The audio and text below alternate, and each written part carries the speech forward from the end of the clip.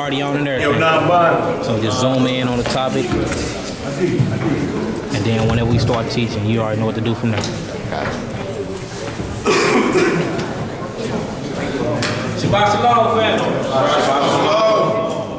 Alright, before we get started with this class, God's script, we're going to do like a pop-up teaching because we can't talk about this around all the children. So all the children gonna go with your uncle. Gonna go with your uncle Gadawan. He back there in the corner. So if you want to being a teenager, follow him. Before we get started with the class, though, anybody got anything on their hearts, their minds, their souls they want to talk about before we start this class? What's over, brother? Why do we go to the order of Aaron? Why we go under the, what, you said what? Why were we under the order of Aaron? It was a schoolmaster. Now get into that, that'd be a whole new lesson. We can holler about class on that topic, but basically we was under the schoolmaster, but before the order of Aaron was the order of Melchizedek. That was the word in the beginning before it was even written down on the manuscript. It was called the Torah, the way of teaching. You know what I'm saying? It was a moral code. Then after that, we failed, we turned our backs against the Most High. So coming up out of Egypt, we had to be retaught the laws, statutes, and the commandments of God. So we went under a schoolmaster. Right. He was showing us physical things to remember it spiritually. So that's what Aaron was. It's a physical priesthood. Once Christ died and gave up his blood, the temple was broken and the veil was ripped. That's when we went back under the order of Melchizedek, back to the spiritual teaching. But we can talk more about it after class. You know what I'm saying? But that's a whole lesson, bro. But you got the gist of it though? Yeah. Right. Yeah. Anybody else before we get started? Waiting on these short legs to leave. We're gonna get into a real touchy topic today. Is that all we gonna get started? Y'all ain't heard of the news or nothing? Y'all ready to talk about what's on this board, huh? Alright, children, God. So look, this is what we're going over. Today we're going to go over the merging of souls, sexual intercourse, soul ties, and STD. And when I mean STD, I don't mean a sexually transmitted disease. I mean a sexually transmitted demon. That's what I mean by STD. Because that was way before disease came to earth. So we're going to go over the merging of souls, sexual intercourse. And everybody down here know what that is. So basically we're going over how when you have sexual intercourse with somebody, it's good for you to start sports and according first to get to know somebody. Because you don't know what all they got lined up in their DNA, what spirit they got on them, what they've been through throughout their life, and none of that. But if you led by lust and you just want to hit that per se, you know how much stuff and how much DNA and how much information and how much spirit y'all swapping? Remember the last class I taught? I proved that we were souls through scripture. So when you laying down in that bedroom chamber or that bed is something spiritual. That chamber is something within your mind. So even though you're doing this physical act to get a spiritual release, remember it's all spiritual. So when y'all doing this, swapping fluids and exchanging this energy, it's all type of other things that's mixed in this energy. And we're going to get into it. We're going to show it through the science. We're going to show it through the scriptures and all of that. So it's called the merging of souls, sexual intercourse. Inter means eternal. Course is a path or a way of living. Y'all know what sex is. Sex breaks down to the word hex. Hexagram is Hebrew, which means DNA. So whenever you swapping, whenever you having sex, you're literally giving your essence away to one another. That's why I said you are joined as one.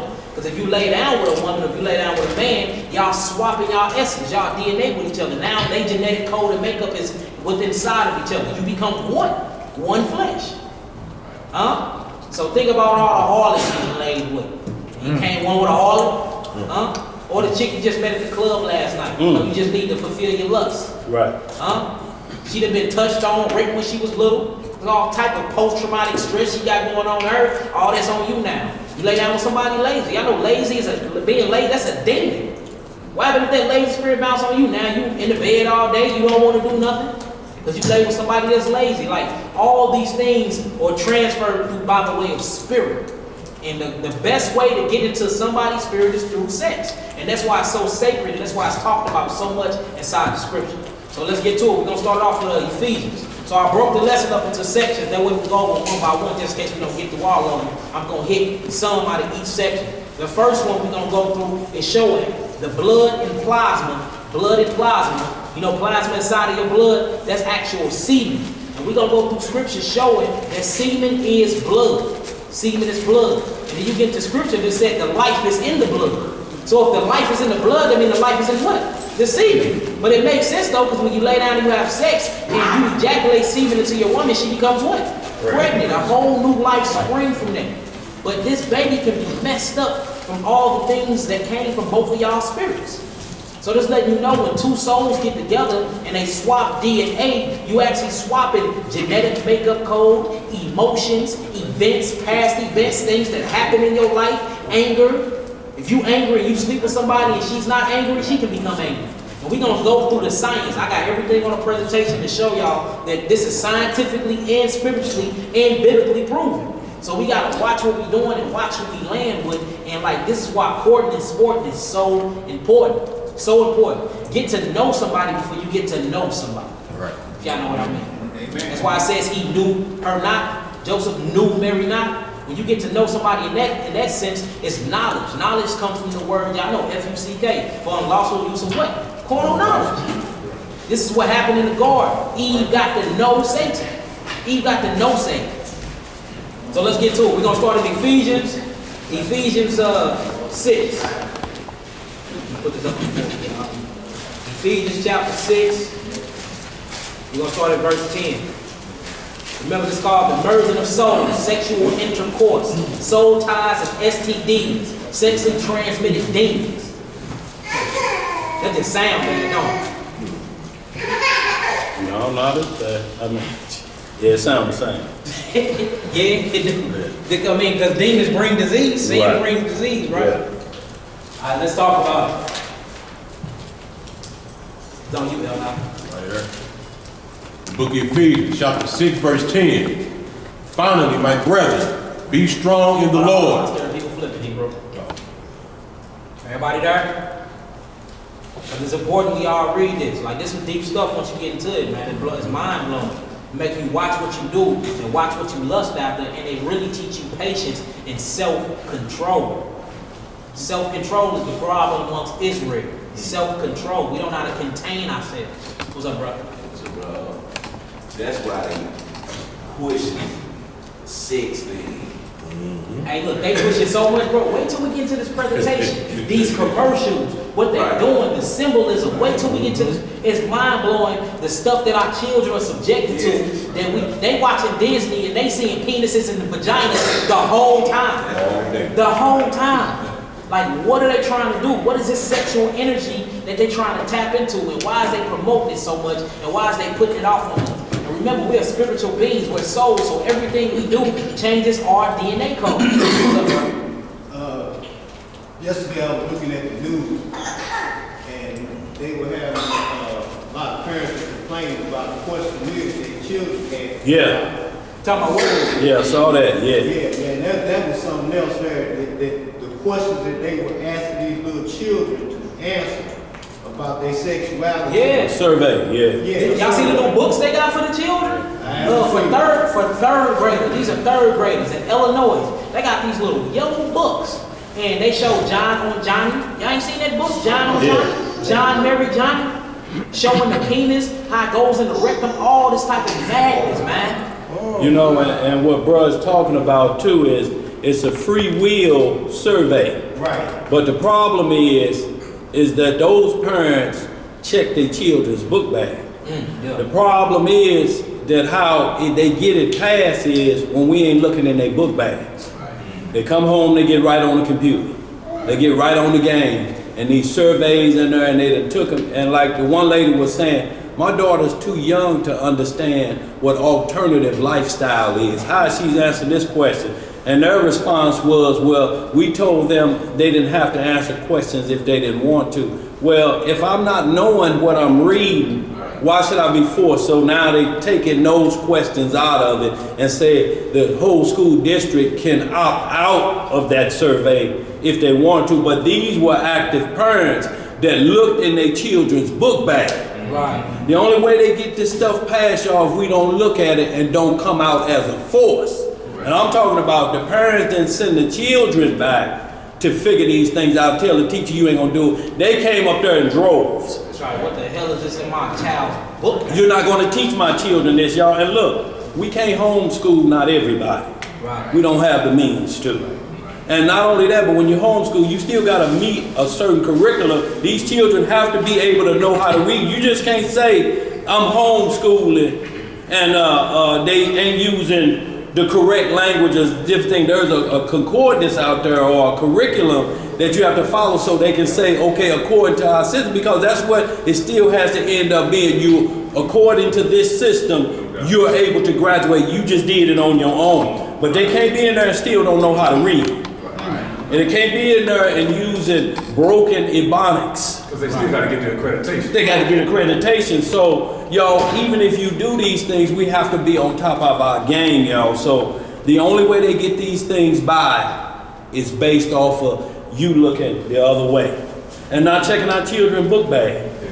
Check your children's book bag. One parent questioned the child about it, and the child told him that the teacher told him that it was mandatory. It was mandatory, yes. All the questions. But then when the school talked to the parents, they told them that it wasn't mandatory. They didn't have to answer the questions if they didn't know the answer. Ain't nothing but But Satan that's not what they in the told school Yes. system. Satan in the school system. Yeah, but see, what they did is they put them on blast. And everybody else out there, y'all. So we got to be on the point. If they putting it out there and we know it's wrong, we got to put it on blast, especially if we sending our children to them schools. You can't send them and not, and you know this going on. Because there's still a point you got to get that curriculum out of there because it may become a required test. So and if you tell them, no, you ain't got to take that, what are they going to get but an F? Right? And when you get F's, according to that, you get put behind, right?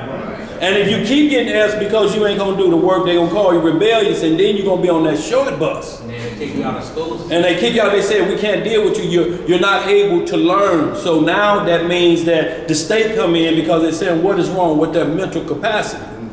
So now, well, maybe they need this drug. Right. Now we moving to the next level, y'all. When we see these things, if we send them to these public schools, y'all, we got to be on the game. What paperwork y'all get today? What work y'all get today? Now, who ain't did their homework? You ain't getting nothing, you ain't getting no dessert. No, you need to look at everything they're doing if you sending them to their schools because we know what they teach. That's right. You have to investigate. You have to. If you don't, y'all, we wasting our time. When we dealing with it and they still got to go to public school. Not just in the schools either, what they watching on TV. Yeah. Even these children radio show, radio stations, they playing children's songs, but they talking about we gonna love hard. Look, Come on now. Hey, look, all this is in this presentation. Wait till Yeah. y'all see these pictures, man. It's mind blowing, man. So let's get to it. We're gonna start in Ephesians 10. What's up, man? We're gonna start in Ephesians 6, verse 10. What it say? Book of Ephesians chapter 6 verse 10. Finally, my brethren, be strong in the Lord and in the power of his might.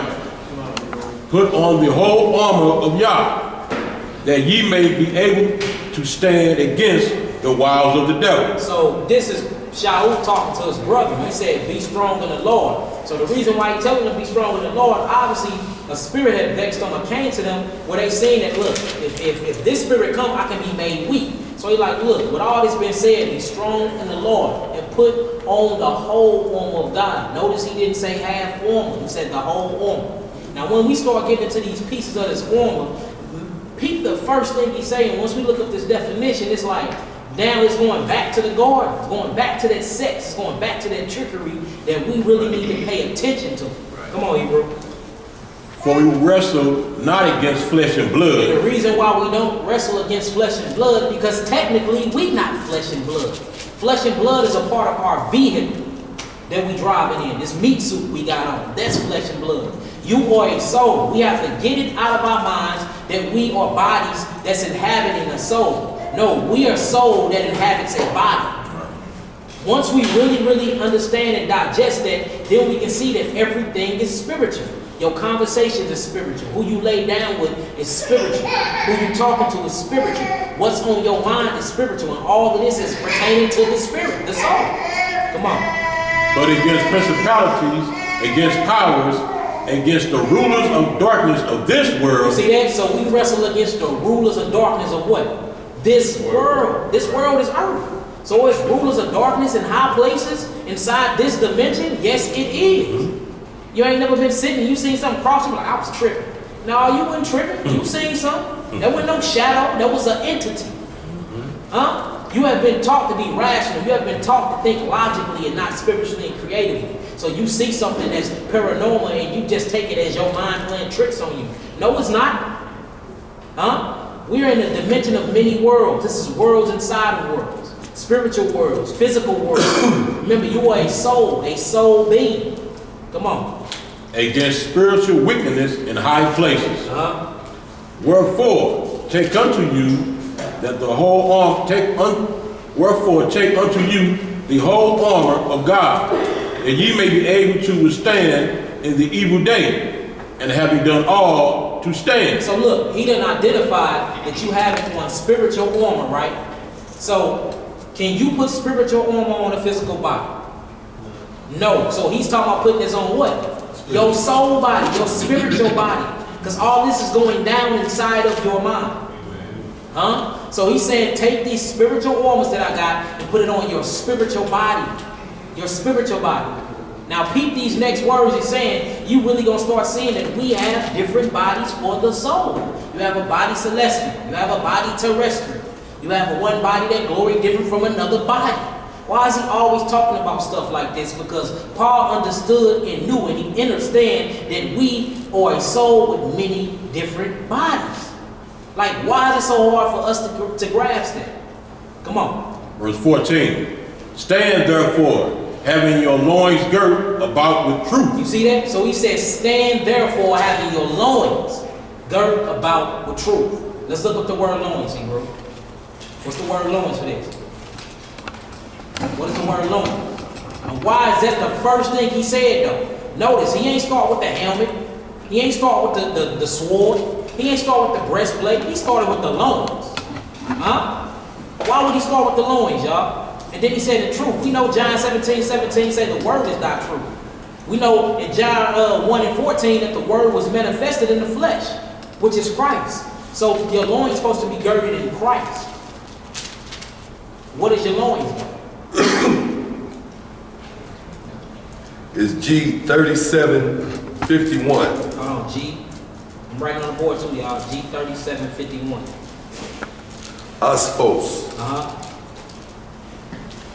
And it is of uncertain affinity, the loin externally, that is the hip internally. You see that? The hip internally. Now, when you get inside the hip internally, it's talking about something called the sacral bone. And once you start getting into the sacral bone, this is where your genitals are connected to. So your loin region is where your genitals connected to. Ain't no children up here. So when he's talking about loins, he's talking about the penis and vagina. That's what he's talking about. We finna look it up. Keep reading though, Hebrew. By extension, procreative power. Yo, who? Procreative power. What is procreative power? The only time you can procreate is when you having sex, right? Right. So he's talking about your genitals. Keep reading, Hebrew. The third definition is the hip, the gird about the loins, the two loins, the place where Hebrews thought the genitive power, semen, resides. Where is that? Semen resides. So this is the loin area right here, y'all. Blow it up. So this is what they call the loins. This is the loins. Right here. This is where all your genitals are connected to. Now we're gonna get into the anatomy of this, and there's some deep spiritual stuff going on with this stuff. We're gonna show that as above, so below. Anything that's in your brain, anything that's in your mind, it mirrors what's going on down here. So when you lay down with somebody sexually, even though you're doing this sexual communication, you actually going somewhere else spiritually, and you swapping out spiritual DNA with each other. That's some serious stuff. So this is called the sacrum, y'all. The loins is the sacrum. They call it the stone of the stone. Now we're gonna get into it though. All right, let's keep reading, Hebrew. Verse 14 again. Stand therefore, having your loins girt about with truth. You see that? So loins, it said it was semen. Semen is blood. That's why semen have that yellowish color to it, that white yellowish color. That's what you call plasma. Plasma is within inside of your blood. So whenever you lay down with a woman, y'all are swapping blood. Blood. Come on.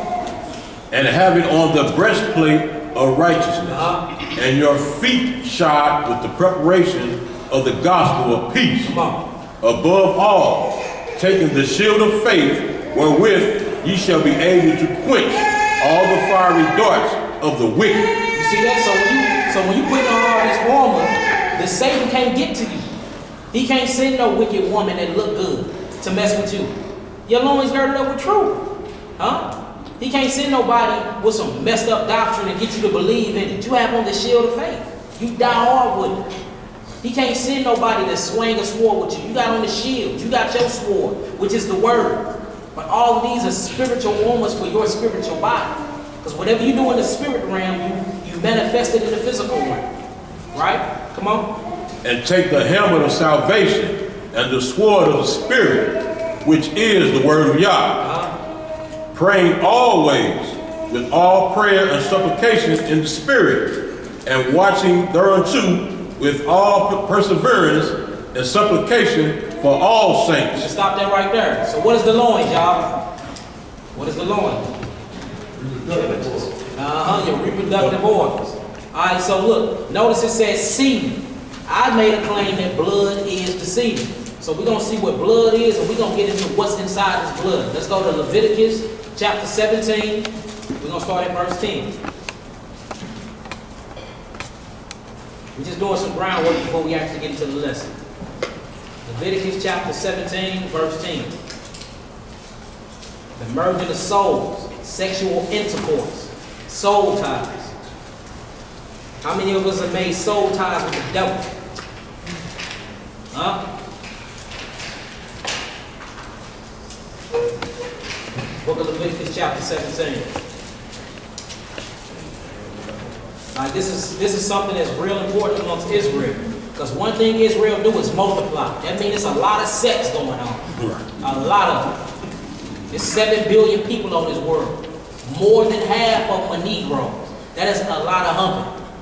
And how many people is not the truth that's out here humping? So how much of this messed up, traumatized DNA we just passing on to one another? And then that's generational, that's curses of generations that's producing madness and madness and madness. And do y'all realize amongst the Negroes we get dumb and dumber? According to statistics. That's because don't nobody know about sex, don't nobody know no knowledge on sex, but everybody having sex. You humping and don't know nothing about humping. It sounds crazy, but that's the truth. Getting it off records. Yeah.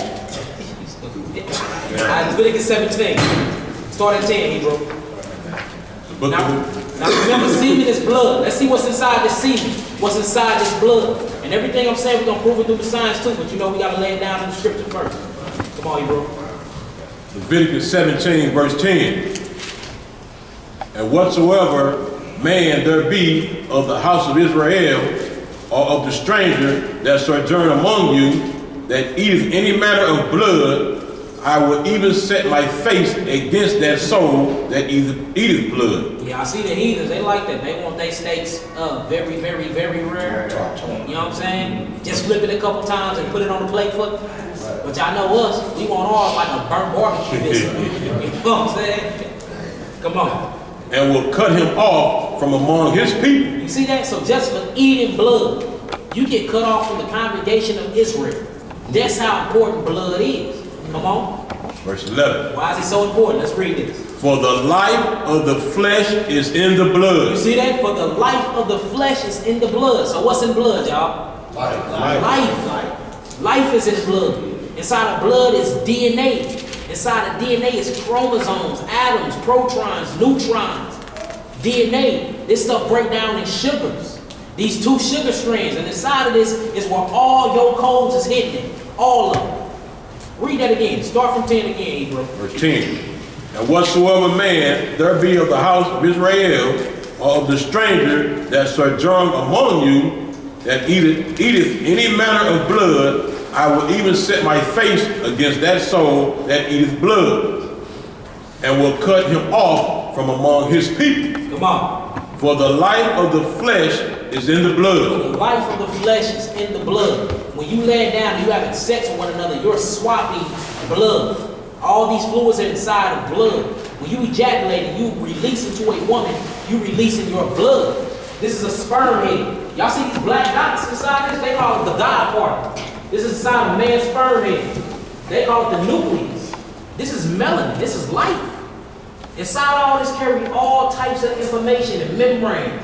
All of this. This becomes the brain. This becomes the spinal cord. Nothing really breaks off on the sperm head. You're literally walking around with souls inside of you, sharing souls with everybody you come in contact with because you got a lust problem. Now the baby born, he don't even want nothing to do with the mama. He's got all these children, all these baby mamas, still ain't married to nobody. You know what I'm saying? Once you start really looking at what's going on here and you put the evidence forth, it's like, nigga, you got a lust problem. You just going around sharing your parts with people.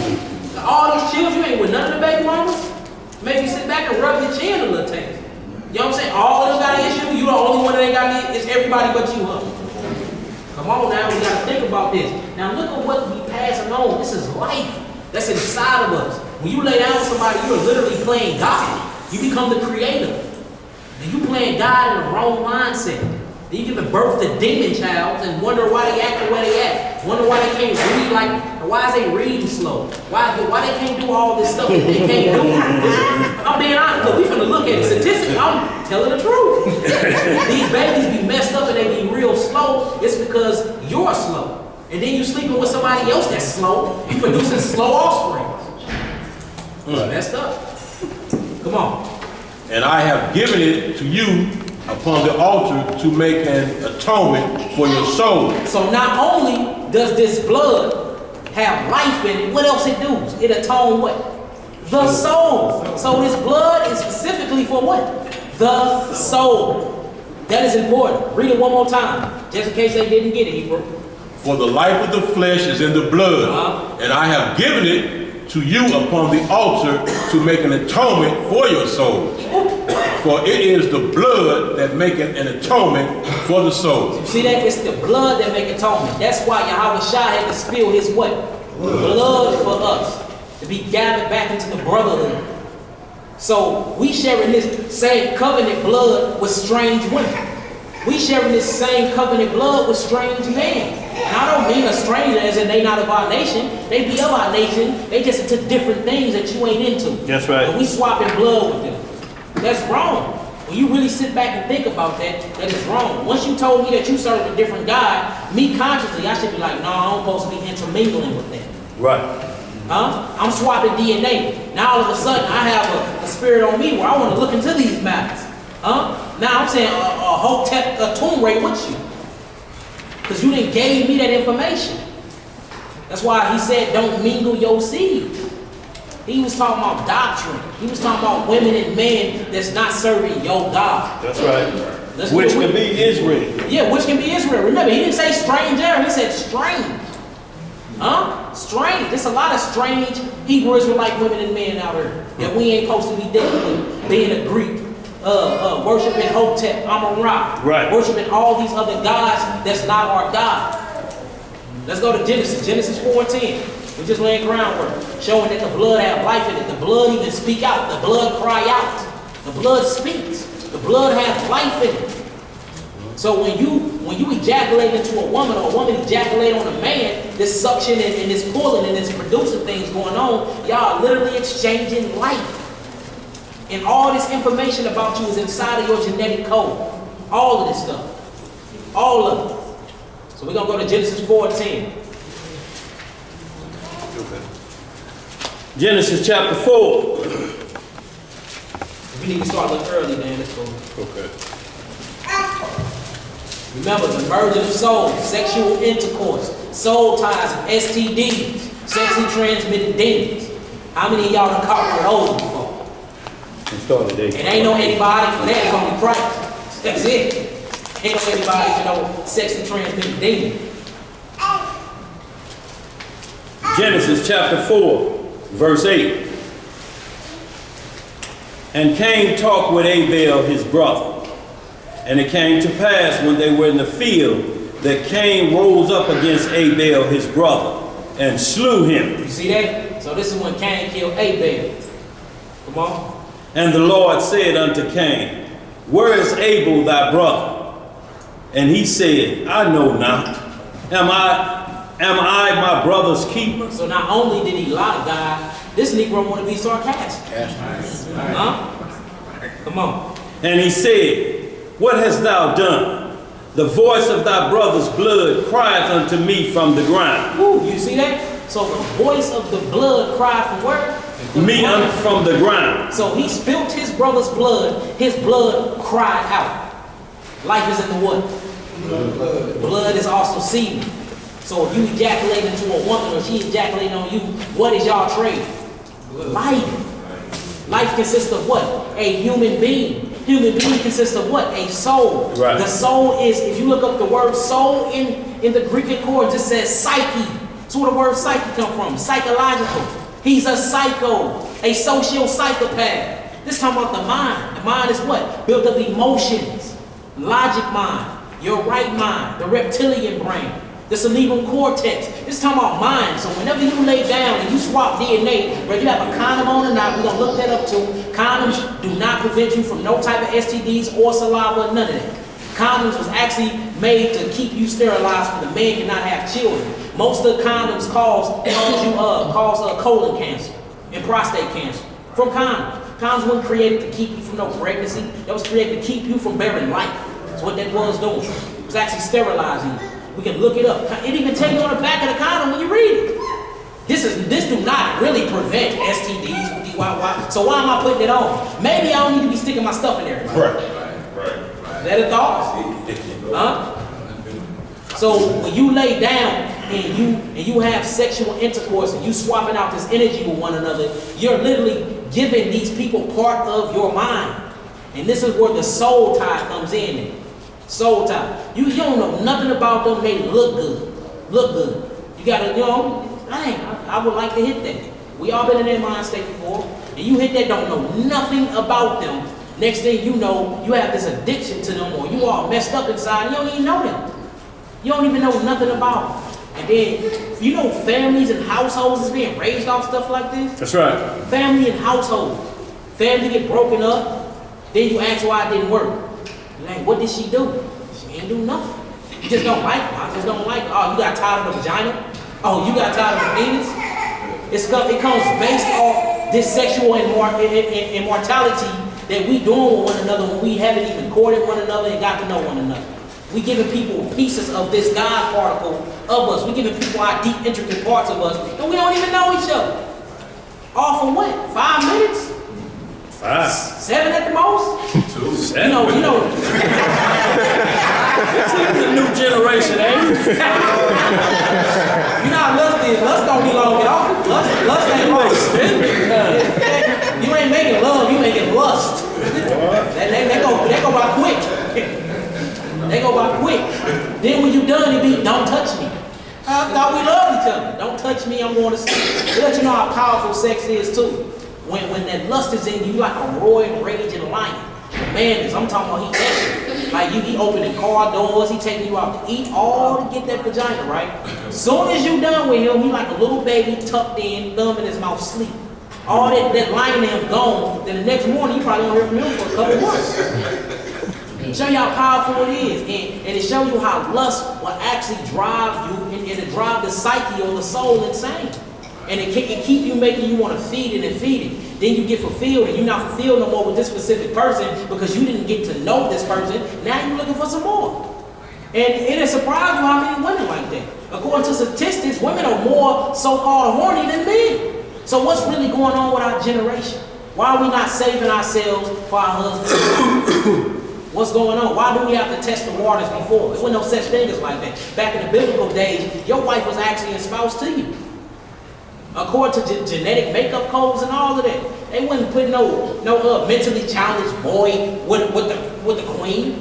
That's gonna produce a weird looking baby. Like literally, like you match up genetic codes. Why we don't do that no more? Huh? You meet a brother. What's the 10 Commandments? You can't get my number then. You meet a girl. What is 10 times 10 divided by 2? You don't need no critical math. How you gonna handle my money? I don't need to be sleeping with you. Huh? Why you dressed like that? Like, we be seeing the signs, we people, you got on Daisy Dukes, you got weave in your hair, you got your face full of makeup, but you want to get to know me for what? You like attention. I don't want no woman that like attention. The only attention you need is from me. But we don't take in consideration none of these things because we be having secret lusts and desires inside of our own personal games and issues and motives for things. And then when everything don't pan out to be what it be, then we pointing the finger at one another. Yes, sir. It's like, nah, both of y'all is driven by lust. Merging souls, sexual intercourse, soul tied to each other. Now y'all got these STDs, which is sexually transmitted demons, and then you blaming each other for it. That's right. And there's no antibiotic for it. It's only Christ. Come on. Verse 11. And now art thou cursed from the earth, which hath opened her mouth to receive thy blood, thy brother's blood from thy hand. You see that? So now not only when you swapping blood or when you lose blood and you wasting blood, do you know that the earth feel this too? Especially with adultery and fornication. The earth feel that. There was so much fornication going on with Sodom and Gomorrah and stuff after that, the earth cried out to God. You know it's a lot of messed up stuff going on when the earth cried out. Like, Lord, come purge me. Come burn me, purge me, renew me. There's too much wickedness going on over here. And that's what we do when we lay around swapping spirits and DNA with each other and don't even know each other. Huh? Truly slipping and think in about dark. this. Is vagina and penis that important? You know she messed up. She can't count the two. He can't tie his shoes, but she got a big butt and he's tall and look handsome. So y'all want to swap DNA? He got on the size 15 shoe, huh? like is the lust that important though? Is it that important? Like, why would you even want to merge your soul and tie your soul to something like that? Right. But now, if you see something in her or something in him, this is the courting process. Let me get to know your flaws, you get to know mine, we can work on them together. When we feel that we have sustained these and overcome these, now we can lay down. But for the carnal mind, though, it sounds like it would be more so worried about those physicalities. Exactly. The spiritual man would be more so worried about the questions That's that what you we're going to present. get into. Yes, sir. Exactly. Come on, Hebrew. Verse 12. When thou tillest the ground, it shall not henceforth yield unto thee her strength. A fugitive and a vagabond shalt thou be in the earth. And Cain said unto the Lord, my punishment is greater than I can bear. Behold, thou hast driven me out this day from the face of the earth, and from thy face shall I be hid. And I shall be a fugitive and a vagabond in the earth. And it shall come to pass that everyone that findeth me shall slay me. You can stop there right there. We can get one more. Let's get Genesis 9, 1-4. We're just showing that the life is in the blood. Blood is semen. We went over that the blood is semen. When you swapping semen, you swapping life. When we show that life, we're going to show that life is DNA. And inside the DNA, you have emotions, events, memories, trauma. You have the genetic code makeup. That's why when you sleep with somebody for so long, when y'all been in a relationship so long, y'all start to look alike. Sure do, don't you? Like, is that your sister? You're like, no, it's my wife. Because y'all been ejaculating on one another for 10 years. 10 years. That's a lot of genetic makeup that y'all swap. Remember, DNA have the genetics in there. That's why ain't no children there, y'all. Use this word, you know. That's the reason why. What you doing, Sheldon? You ain't want to be back there. And he business. Class for grown-ups today. Come on, bro. Genesis chapter 9, verse 1. I'm going to read 1-4. And Yah blessed Noah and his sons, and said unto them, be fruitful and multiply and replenish the earth. And the fear of you and the dread of you shall be upon every beast of the earth, and upon every fowl of the air, upon all that moveth upon the earth, and upon all the fishes of the sea. Into your hand are they delivered. Every moving thing that liveth shall be meat for you. Even as the green herb have I given you all things. So see this. So at first, we wasn't eating meat. We was eating food of the angels. We was plant-based diet, period. When Adam and Eve, they didn't eat no meat because then nothing died. They didn't eat no fish, then nothing died. Everything had life in it. So what they ate was from trees. But now, after the flood of Noah, and Noah in the watery side, he said everything that's living could be on the meat to you, according only if it's on the clean list. But you can eat it. But at first, we wouldn't even eat meat. Now, peep what he say about this meat, though, the rule that he gave to the meat. Come on, you bro. Verse 4. But flesh with the life thereof, which is the blood thereof, shall ye not eat. So ain't no medium rare states. Can't have blood in it because the life is in the blood. Life is in the blood. So if we know that life is in the blood, we know that blood is semen, and we know life is DNA, and all of these things are attached to the DNA, then we really need to be very conscious before we label one another. Because we're not only just having a sexual exchange, I'm literally giving you a part of my soul. That's right. A soul tie. Remember, soul means psyche. You're going to look it up. It means psyche, psychological. That's the mind frame, soulish. You have a soul, which is your mind, your subconscious mind, your conscious. You have a spirit. The spirit is the breath that was blew into Adam's nostril. That's what creates the plasma and the blood and the semen. Then you have the physical body, which is not physical at all. We just think it's physical. Remember, your body does not have a soul. Your soul have a body. Come on, you bro. Verse 5, and surely your blood of your lives will I require. At the hand of every beast will I require it. And at the hand of man, at the hand of every man's brother will I require the life of man. You see that? Meaning that we don't own our life, we don't own our blood, we don't own our soul. So why is we are swapping them and exchanging them with one another? Like we have been so like we think animalistic now. Animalistic. We think like reptile. All we want to do is hump and keep it pushing. That's right. That's it. That's it. Then you look up, you got a hit list, you got 50 bros on your belt, you got 50 girls on your belt, and then you talking about I want to settle down. All these different spirits and Negroes you got in your mentality, and all these females I got inside of me, and now we want to settle down, and you wonder why our relationship is so split personality-wise. 1 minute you happy, next minute you sad, 1 minute you crying. 1 minute I'm this way, 1 minute I'm this. I don't want you today, I don't want you tomorrow, but I want you this day. Because we working off the genetics of everybody we done slept with before. You haven't even met the real me. You done met every girl I done slept with. This is scientifically proven. Did you know when a man ejaculates into a woman, that sperm goes up the spinal cord and hits her brain? This stay on the brain forever. Scientifically proven. Only way you can change this if you be reborn again. And that's in the spirit. Scientists are saying this now. This is science now. Scientists are proving this. What the Bible been saying. So if you going around, you stunting like you this virtuous woman or this king of righteousness, but you got all these vaginas and penises on your belt, and then you finally marry somebody else and you ain't changed, guess who she done married? She done married you, Susie Q, Rebecca, Sarah, and everybody else. See what I'm saying? So half the issues and the problems we be having inside our relationship be because past relationships. That's right. Like this is something very serious.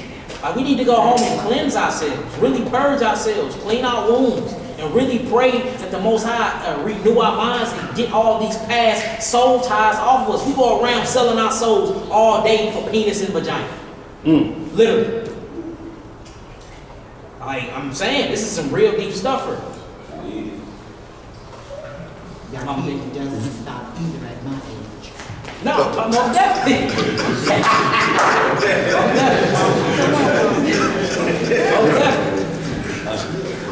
What's up, Rocky? That's life.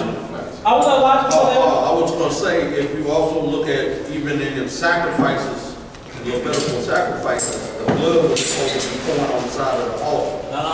No sacrifices were made with the blood therein. Every time they made a sacrifice, the blood was instructed to be poured on the side of the altar and not offered and sacrificed with it. That's right. Yeah, but that's because the blood would defile the actual altar in the mercy seat. It lets you know life is in the blood. Peep this too, and peep how when they call these spirits off of people, how they put them in certain animals. And if you get into the scientific parts of these certain animals, they don't have sweat glands. Their blood is poisonous. You know what I'm saying? Like blood is so important. It's always used for sacrifice. So when you laying down with your woman, you're actually doing a sacrifice, a ritual. You're making a covenant, a blood covenant. The same. Why y'all think we call Christ our husband? Why you think he gonna meet us in the marriage chamber? The bridegroom. We waiting on our bridegroom. We are his brides. That's why it says the kingdom of God is like unto 7 virgins. All this is talking about what we call this sexual energy. But notice what eunuchs did. They didn't have sex with women. They They turned all their energy and they turned it to devotion for the Most High. That's Paul right. did, Christ did. Christ didn't have no woman. Christ went out here humping. That's right. He was using, and I'm not saying don't have sex. Sex is a good thing when it's done in righteous order. You know what I'm saying? Let me put that out there. It's not bad at all. But it has to be done in a righteous way. And we can't be doing it just to get what we need to get off. We got children here, what's going on, girl? Oh, hey, hurry up, go back and sit down. Bye. Verse 6. Whoso sheddeth man's blood, by man shall his blood be shed. That's right. For in the image of Yah made he man. You see that? So now he talked about the blood, then he said in the image of Yah. So the life is in the blood, and blood is made in the image of God. That means this image is eternal. So now we're going to start getting into DNA and genetic coding. So we showed that the blood is the plasma is semen. We showed inside of the semen is the life of the blood. Now we get into the DNA and the likeness and the image of God. Once we finish that, we get into the lesson. That way y'all understand what we're talking about and how spirits come through sex. When you lay down and have sex, you opening up portals, whether you believe it or not. Absolutely. You open up portals that whole time. Of course, y'all laying on the bed or whatever you're doing in it. That is called the bed chamber. Wherever you consecrate, that is called the bed chamber. This bed chamber is spiritual. When you lay down with somebody, you're literally opening up different dimensions. Notice, hey, you ain't never catch that Negro focus when he's in the bed. He's the most focused ever. Focus. That's when because he's focusing all this energy on what? He's in the woman. Same thing for the woman. Focus. Like, why we can't put the same energy into serving our God? Huh? That's what Paul did. He was always on the go. Instead of chasing tail, he was chasing scripture. We chase tail nowadays. We don't chase scripture. Christ, same way. He used all that energy to do these what we call magical things, these miracles. Why do you think Paul and Peter had miracles? They went out just humping around. That's right. They knew how to use what they call this sexual energy. And all this energy is the spirit. It's the life that's in the blood. Yeah. But we using ours for lustful things. That's right. The lust of the world. And both of them said that was a gift. Yes, most definitely. See, but we got it twisted now. We don't want to think that that's a gift. If you say, I opt out, brothers give you a hard time. What, you was sissing? Right. So you ain't hit that dog? Right. What you mean ain't hit that? You don't like? Right. You don't like? You must be gay. Right. All of you that scared of comes vagina? behind it. Right. All of that comes behind it if they feel you're not going the way of the world. So all that comes behind, so in essence, they would be saying the same thing about the Messiah. Exactly. Right. And the same thing, that's why a lot of them call Paul, you hear him, you talking about that Pauline doctrine. Yeah. Paul was a man. Mm-hmm. Right. And when you change it to Pauline, a lot of them look at it like that, and when they don't like his writing, they may just say, oh, he was scared of women anyway. You got a question, bro? Yeah, I just got to make a statement right quick. I remember the first time when I realized how powerful the sexual urge was. I used to live in beds to like mentally ill homes. Yeah. And you look at some of the patients in there. I mean, like straight up retarded, but they had that sexual urge. They couldn't do nothing else, but they get their hump off now. Nah, I just thought about it. Because think about what he put in us. He said, go forth, be fruitful, and multiply. Right. That was a spirit. It's a spirit behind that. It's an urge, but it's an animalistic urge if it's not in check. It can become an animalistic. So you have three brains that's consistent in one. You have the reptilian brain, you have the mammalistic brain. So the reptilian brain is at the back of your scrotum. That's where your third eye is connected to. Then you have the mammalistic brain. That's the cerebrum right under the cerebral cortex. Then you got this other brain that we just developed like 6,000 years ago when he was made in his image. And if you look it up, this brain was actually developed 6,000 years ago. Wonder where this comes from. You know what I'm saying? And this is the brain where your logic at. This is called the limbic neurotic system. And this is where sex happens at. You only using your penis and your vagina to have sex. The rest is all brain. You can't even have an orgasm without your brain. If this cerebral cortex don't work, you can't even have an orgasm. All this is going through your spinal cord. So it shows you when you laying down and you commit this act, this is all in your soul. This is a soul thing. So he said, go forth, be fruitful and multiply. He told Adam and Eve to do the same thing. This before they had corruptible skin, corruptible flesh. showing you that they can still reproduce where? In the kingdom. That's right. This is a soul thing. We think it's a physical thing. You know what I'm saying? And the thing about it, okay, her butt big now. What about when she hit 50 and it starts sagging? Anyway, I mean, we gotta start asking ourselves stuff like this. I mean, it sounds crazy because bros don't like to talk about stuff like this, but this is one of the main issues that's going on in Israel. Why not talk about it? You know what I'm saying? Right. You're right. That urge, man, is real, and it be leading us to be doing all types of. You know what a Negro do for lust for? Kill their brother. You seen it? Right. Hated. Huh? You Yeah. know what I'm saying? We can go through scripture and see what the Negro done for lust. He slept with his father's wife for lust. We can keep going. Wine and women is one of the main #1 downfall of Israel. It's just what it is. Wine and women. And don't mix them together. Oh my God. Yeah. Trouble. Don't mix them together. For real. Hey, Yakin, as a second witness to what my man was saying, I was at the ball shop a couple of days ago, and they have like a retarded guy cleaning up the place, sweeping up, whatever. So anyway, a voluptuous sister walked through the door, hey, so-and-so, yeah, hey. So she gave him a hug. And when she gave him a hug, she was kind of messing with him and hugged him a little hard. When he did she hugged him a little hard, he said, threw a hunch on him. Next thing he started hunching like a rabbit on her. She said, hey, cut that out, boy. He put his room down with shame face and sat down like Right.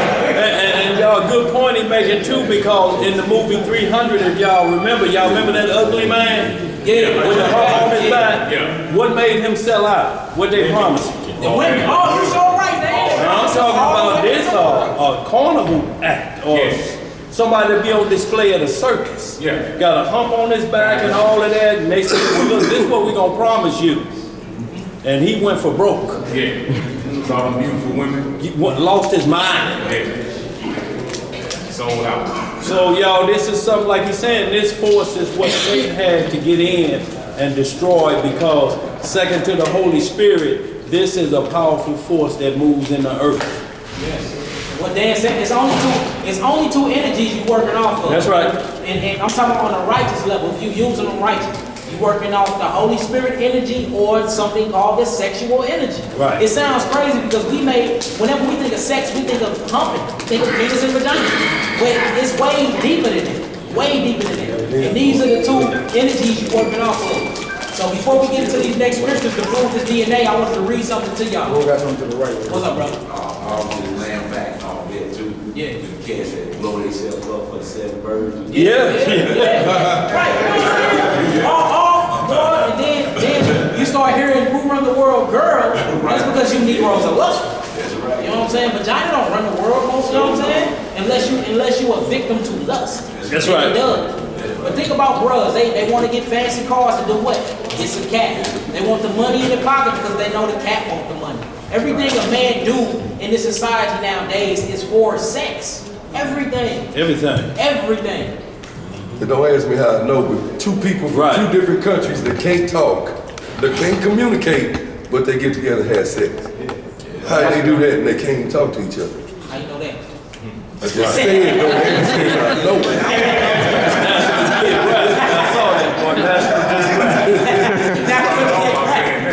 What's up, bro?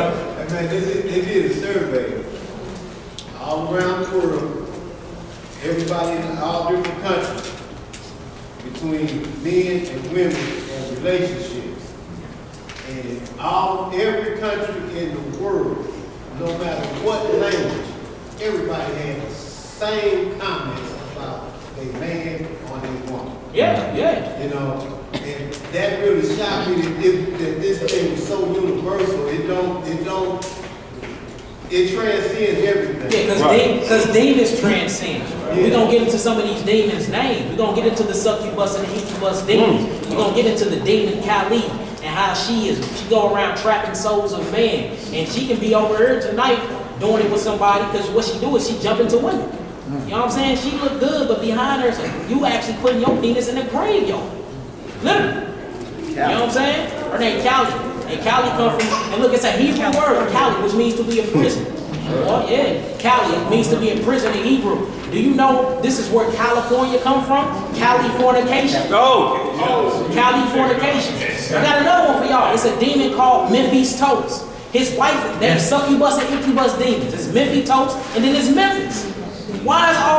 stuff, then you got lost angels. You got Las Vegas. Once you start getting into the etymology of these words, they straight talking about sexual demons. And that's why when you go to Hollywood or the Hollywood, the Holly Tree, which means the magic wand, then you see it be drag queens. Drag queen comes from dragon queen. Queen comes from the word queer. Queer comes from the word yoni. Yoni comes from the word vagina. Like you start looking up this stuff, it blows your mind, man. Like literally. And they tell you about these cities before you get there, like they call Vegas Sin City. Yeah, Sin City. What do you think the sin is? Gambling? Nah. So gambling ain't a sin. Vegas is the only place you can go to. And I'm talking about, I remember when I first went out there to perform, it's a big old bus pulled up with butt naked women on it. A man, A-Rab man, linked his hand off the bus and gave me a card. You want what's up with my women? Hit this number. I'm like, what the? Hey, he just giving away vagina. You know what I'm saying?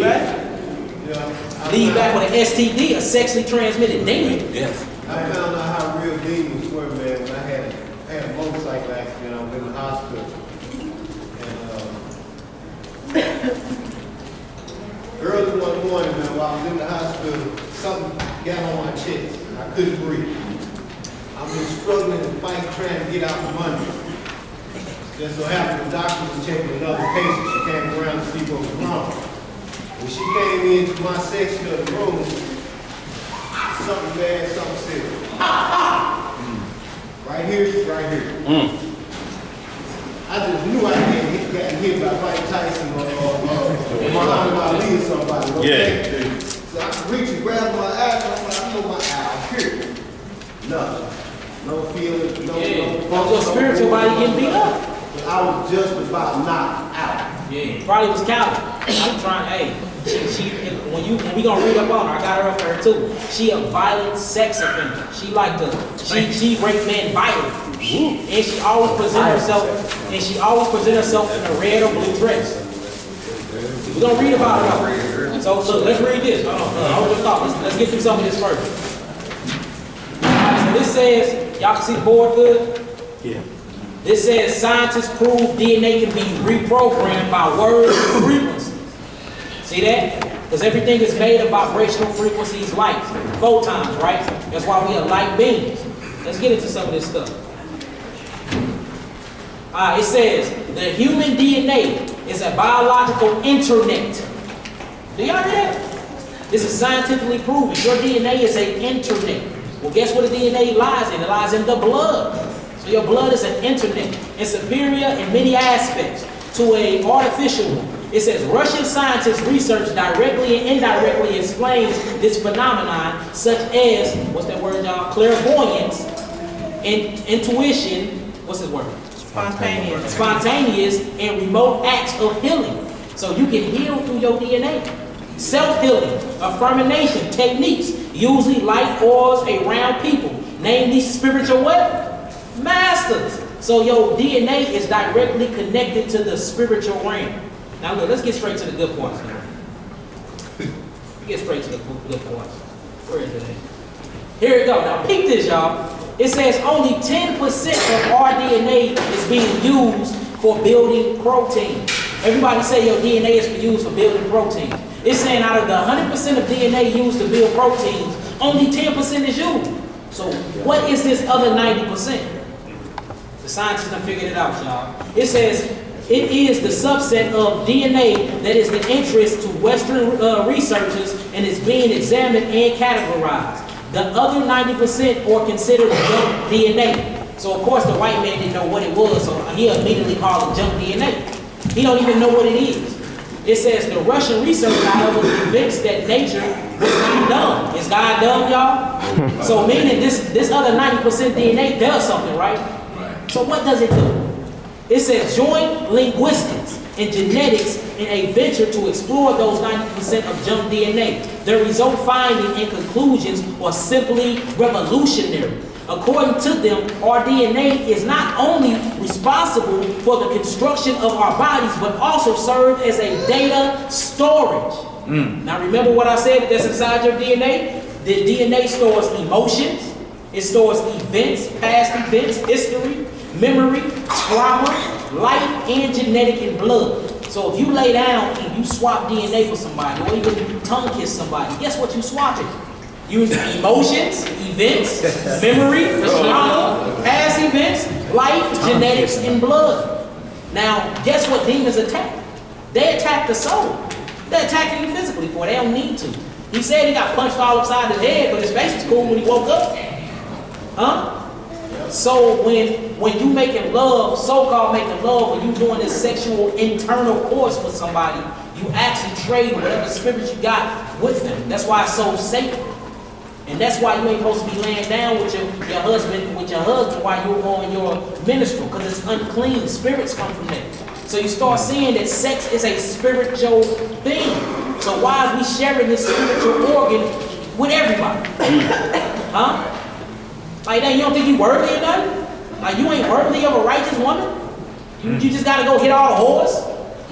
You ain't worthy of no righteous man? You just gonna keep humping man until you find the right one?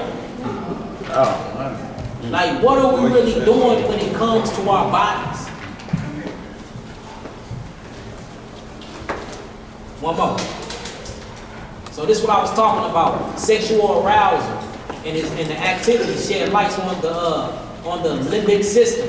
So whenever you have sex, this is what's going on. It's your cerebral cortex. It's that first brain. We're going to actually get into the pictures once we read the rest of these scriptures. But it shows you the way you get aroused, how the wetness, everything comes, your orgasm, all this rate comes from the mind. This is not a physical thing. It acts in the mind first, and then it manifests in the physical. So say you angry and you pissed off about something. You know what I'm saying? And you go and have sex. That anger transferred to your partner. Huh? It transferred to your partner. Say you was touched as a little child. You was touched as a boy. Or you was an orphan and you used to get raped by you know what I'm saying? Anal rape or something like that. All of that is released into the partner that you have sex with after that.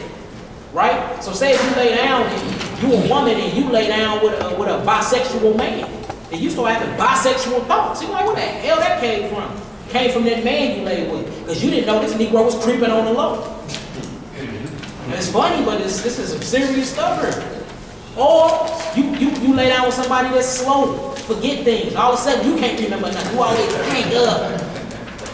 You done lay down with somebody, like all this stuff. It's funny, but like this stuff is serious. Like you are a product of your environment. Your DNA molds and shaped to your environment. That's and right. Everybody think the environment is your awareness of what's around you. Your environment is the souls that you come in contact with every day. Environment ain't got nothing to do with the basement of the Sears building. It's the souls that's inside the basement of the Sears building.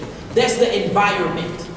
So if you have an unhealthy person and you think that sex good, is really unhealthy sexual relationships. Even though it's good to the physical being, it's doing more damage to your spirit than it's doing to anything else. We have to take that in consideration before we lay down with one another. Huh? Like, do I actually like you? Like, we need to start doing surveys before we, need a survey. Like I said, what is 10 times 10 divided by 2? Do you know that? Because you're going to be controlling my money. I don't need to be sleeping with nobody that don't know no matter. Huh? Can you tie your shoe? Huh? Like, this is some serious stuff. What if, hey, mama, you look good. What's up? She grew. What's up, bros? How you doing, queen? They get you with that conscious stuff. Yeah. Negro, do you know the 10 commandments? I'll give you my name and my number. They probably can't even shout out one. But you gonna go swap DNA with somebody like that? They don't even know the commandments, so it means they ain't keeping it. Right.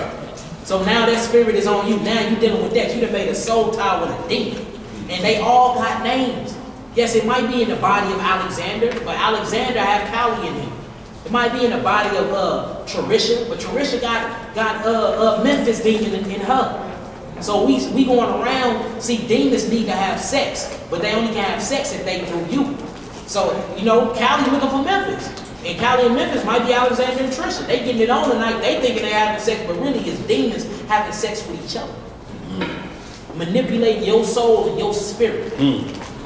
This is some serious stuff. But we're going to get into it when the angels came down and giants and giants gave birth to demons. Let's hit this DNA and then we're going to get into that. This is Genesis 126. It's a host. That's on you, man. Genesis 126. Y'all understand so far? We're gonna go to Genesis 1:26. So we hit the blood, the plasma, the semen. We hit life that's in the blood. Now we get to the DNA part. Then we can actually do the lesson. The lesson ain't that long. It's breaking down what leads up to the lesson is long. Because I need to understand that you are a soul. And if you're a soul, that means your semen and sperm is a soul. That means your ovary, your eggs is a soul. It's all part of the soul. Remember, the body is not inside the soul is inside the body. The soul is what makes the body. The soul needs the body to manipulate reality.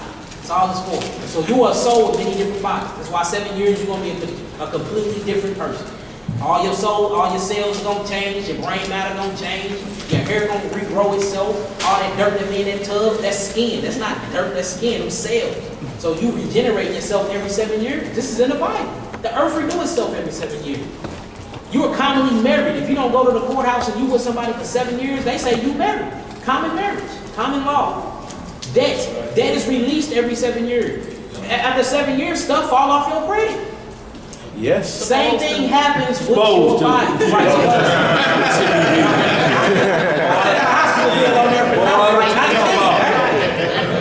I got some lemonade stand fees. Still outstanding. Lemonade stand fees. All right, let's get into it. Genesis 1:26. The book of Genesis, chapter 1, verse 26. How you doing on that camera, Hebrew? We good. Genesis 1:26. And God said, let us make man in our image. So look, he said, let us make man in our image. We're going to see what the image is. Come on. After our likeness. After our likeness. These are two different things. So this is what God made man in. Come on, Hebrew. And let them have dominion over the fish of the sea, and over the fowl of the earth, and over the cattle, and over all the earth, and over every creeping thing that creepeth upon the earth. Let's look up that word image, Hebrew. That word image, son. Image and likeness. This is what we made out of.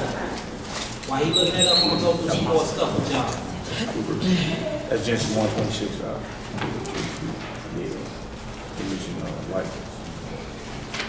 It's H6754. Tesla. Salem. And Strong's definition is from an unused root meaning to shade, a phantom. A phantom, y'all know what a phantom is, right? Phantom is like a ghost. It's an entity that's not physical. What they call a phantom. That's where you get car phantom from, because it gets little, it gets ghosts. You see it and you don't. Come on. That is figuratively illusion, resemblance. See, so we resemble something that's not physical. That's the image. We have something, a part of us that's not physical. And what is that? That's the spirit, the soul, something that's eternal. Come on. Hence, a representative figure. Hey, what? A representative figure. Come on, Hebrew. Especially an idol. Image, vein, shoe. Come on. Then we get up to the top and say image, images, tumors, mice, heathen gods, image, likeness. That's why I said don't make any graven images. He talking about that. But the thing is, the image represents something. So say if somebody build an idol, it's something deeper than that. That's why he said in the likeness, and that same word is when he said don't have no other images before me. It's that spirit. When you build this idol and you bow down and worship it, you put a spirit into this. You ain't supposed to be doing it. You're supposed to worship God in spirit and truth. God is a spirit.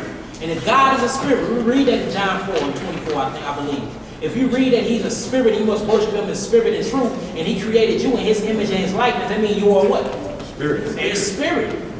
So when this spirit goes and lay down with another spirit and they swap this DNA, that DNA is what? Spiritual. Like, it's really common sense, y'all, for really you actually break it down and think about it. So that means before you do anything, you need to think spiritually on how it's going to affect your soul. If I lay down with her, will she later on affect my soul? If I lay down with him and make this covenant, will this affect my soul? Well, this might be the reason I don't get the kingdom. That's how you look at that penis and vagina totally. Go with Totally different. It ain't working.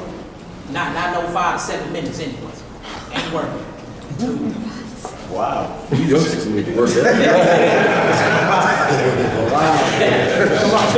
Come on, 1, 2, 3. Well, you say, wow.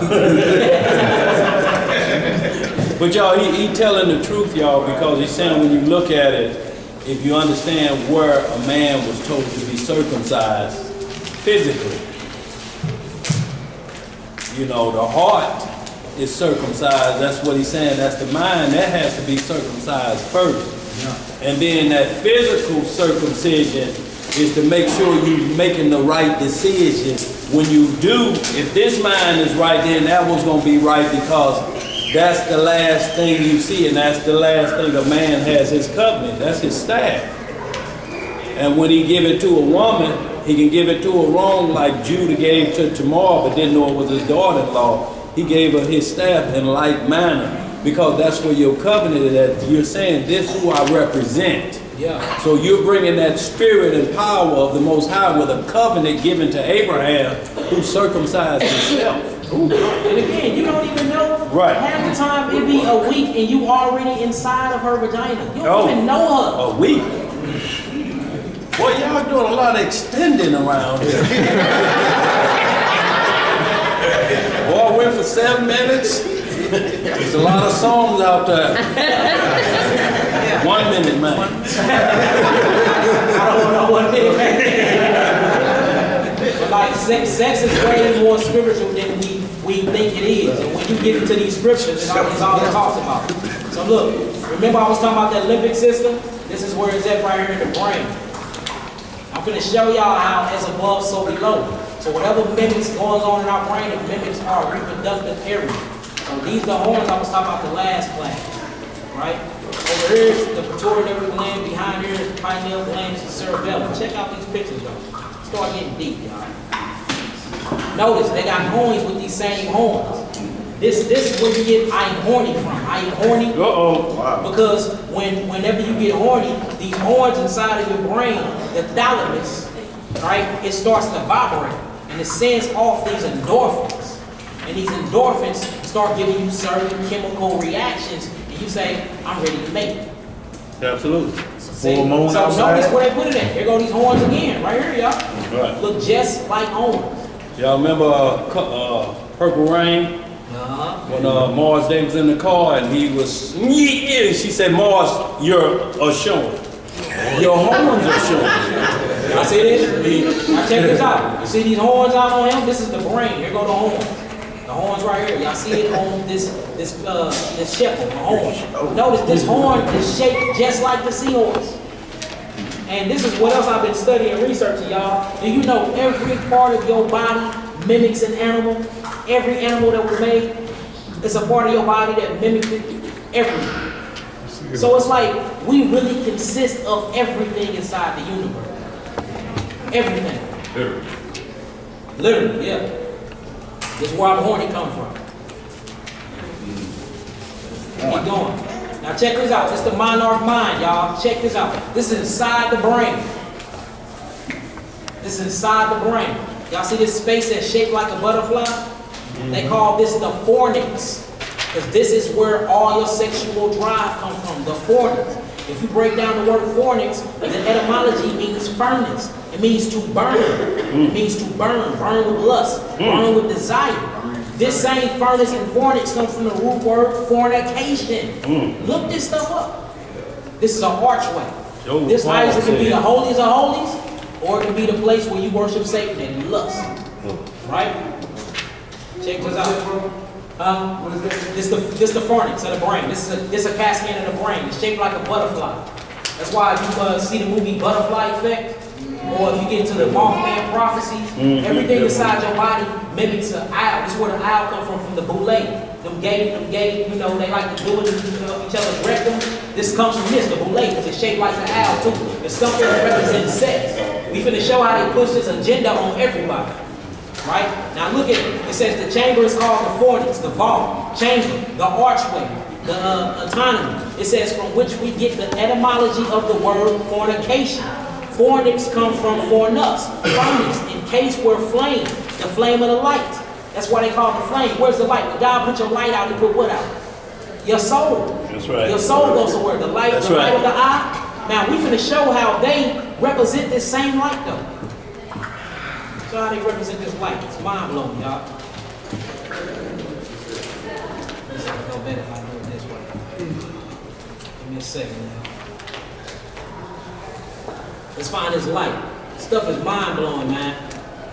And they put it all in our faces and we don't even be seeing it. And it's mainly when they do these big old gatherings, like for instance, the Olympics. What do Olympics always have burning? Torch. The torch. The torch. Do y'all know the first Olympics was gay faggot Greeks? Yep. Doing backflips and literally landing in each other's rectums? Literally, look this stuff. Y'all ain't never heard of the Olympic Trojan competition? Have y'all seen the Olympic Trojan competition, y'all? Man, they doing some abominable stuff on that stuff, man. Look it up. This is where this stuff come from, though.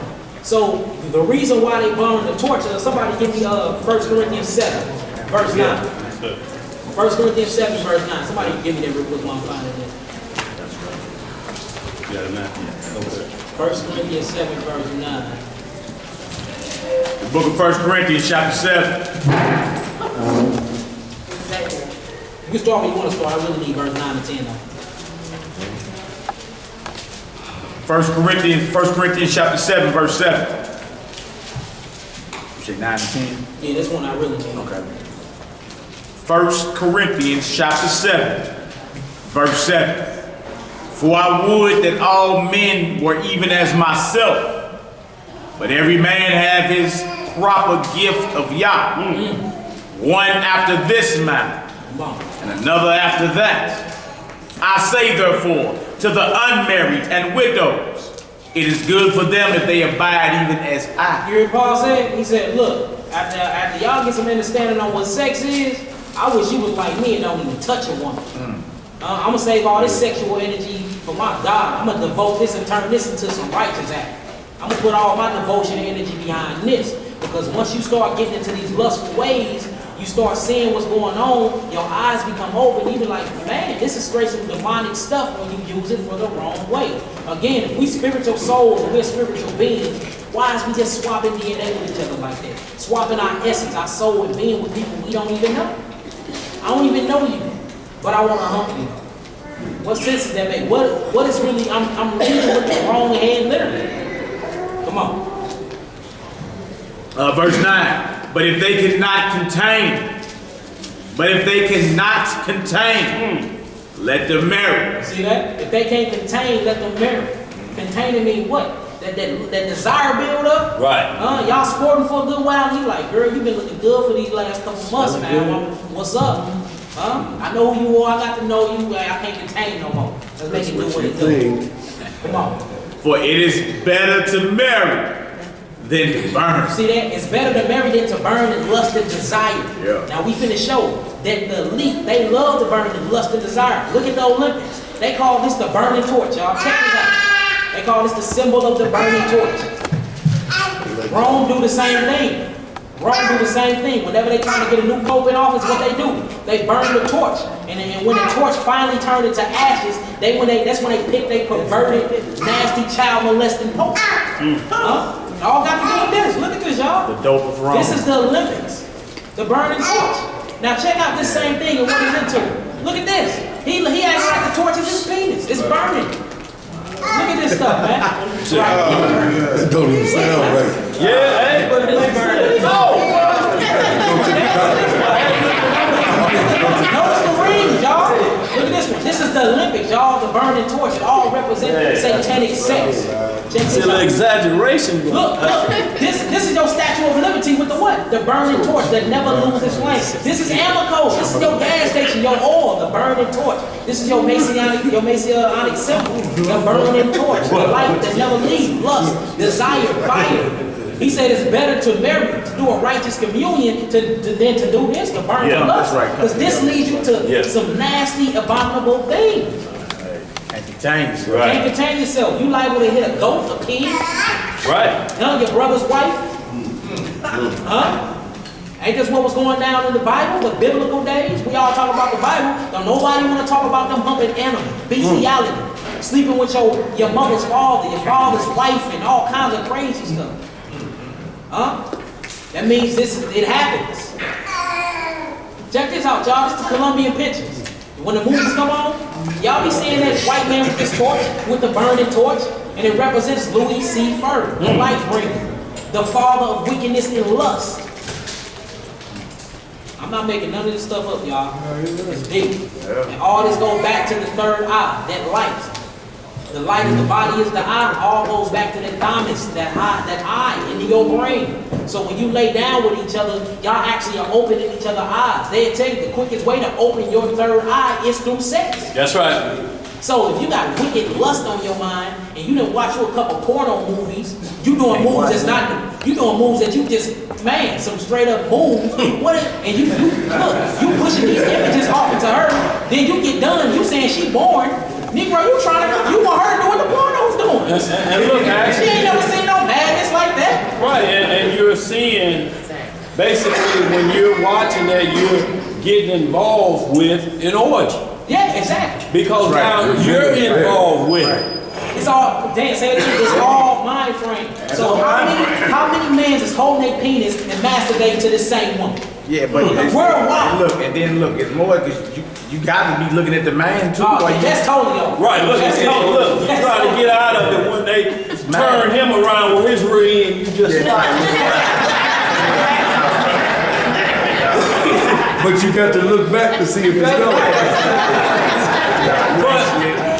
But what you're saying is me and this brother is doing this one woman. So now you running spiritual trains. You running a spiritual choo-choo train. Come on. Part of the spiritual orgy. That's what the Roman bastards do. Yeah, that's that word for whoremonger too, though. Yeah. When you look it up, porneos. Yeah. Where you get pornography from. Lilith, look, okay, so they say Lilith was Eve of the white, but Lilith is actually Adam's of the white. But Lilith is actually a demon. I got her name on this list too. A screen child. It's actually a demon they tried to put aside of prophecy. She wasn't there at first. Right. They just tried to put her aside of prophecy. Right. If you look at the book of Talmud and all of these Jewish historians, these Jewish writings and teachings, that's where she brought up. Yeah, she only in her as a screech owl in Isaiah 34. Yeah. That's what I was going to Not Genesis though.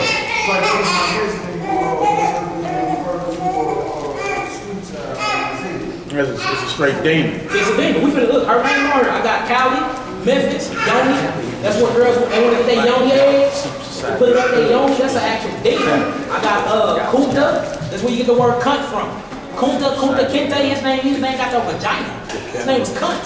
Cunt. The root word to cunt is queen. So whenever you call somebody queen, you call them a cunt. So they get all this from British. The British, she like to say she's the biggest cunt of all. She's the biggest queen of all. That's where Kunta come from. Cunt. You got Memphis toast. You got Abazula. This is a Hebrew word, and this is a demon that causes miscarriages. Causes miscarriages for unlawful sex. So when a man call a woman that, it don't mean can't understand normal thinking. That's what it means. Not killing Then you got what you said.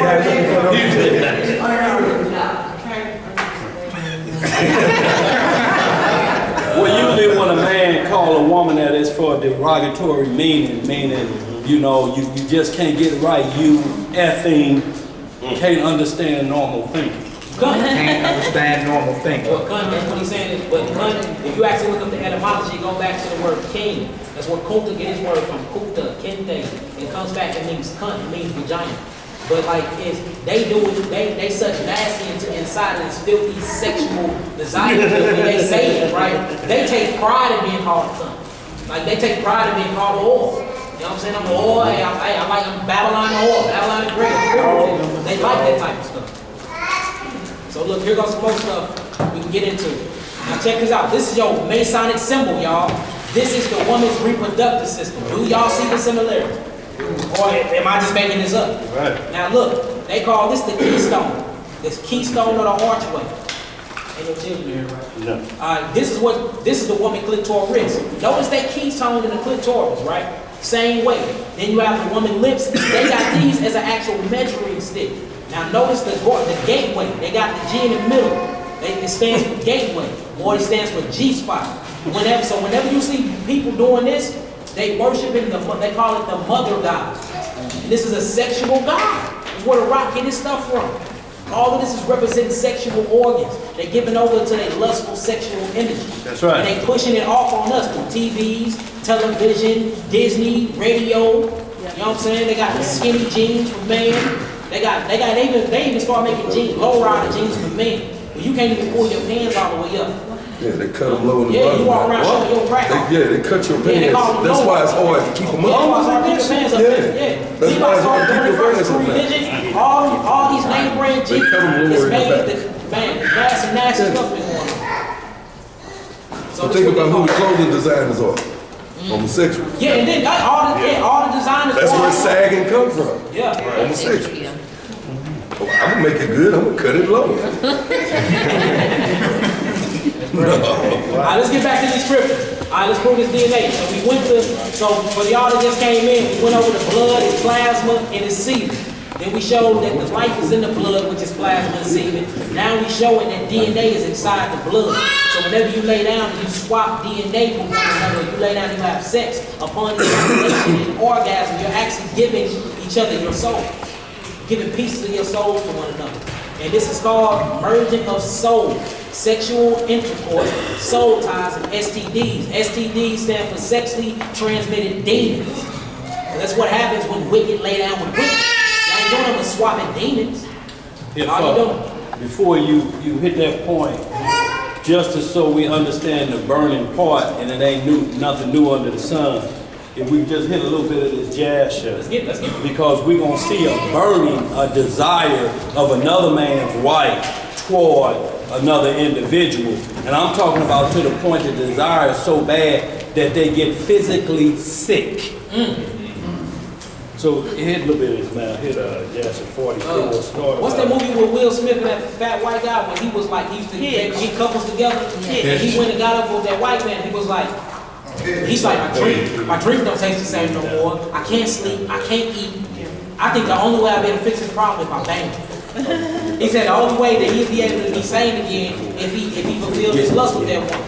You know what I'm saying? Same thing. He said his drink didn't taste right. He can't eat. He can't sleep. All he think about is her. He said, I can't gain my sanity back unless I hit that. Right, and y'all, this is what we're talking about. When we talk about graveyard love, y'all, we're talking about this is so powerful that it leads to death. Yeah. Look, the governor caught up in it now.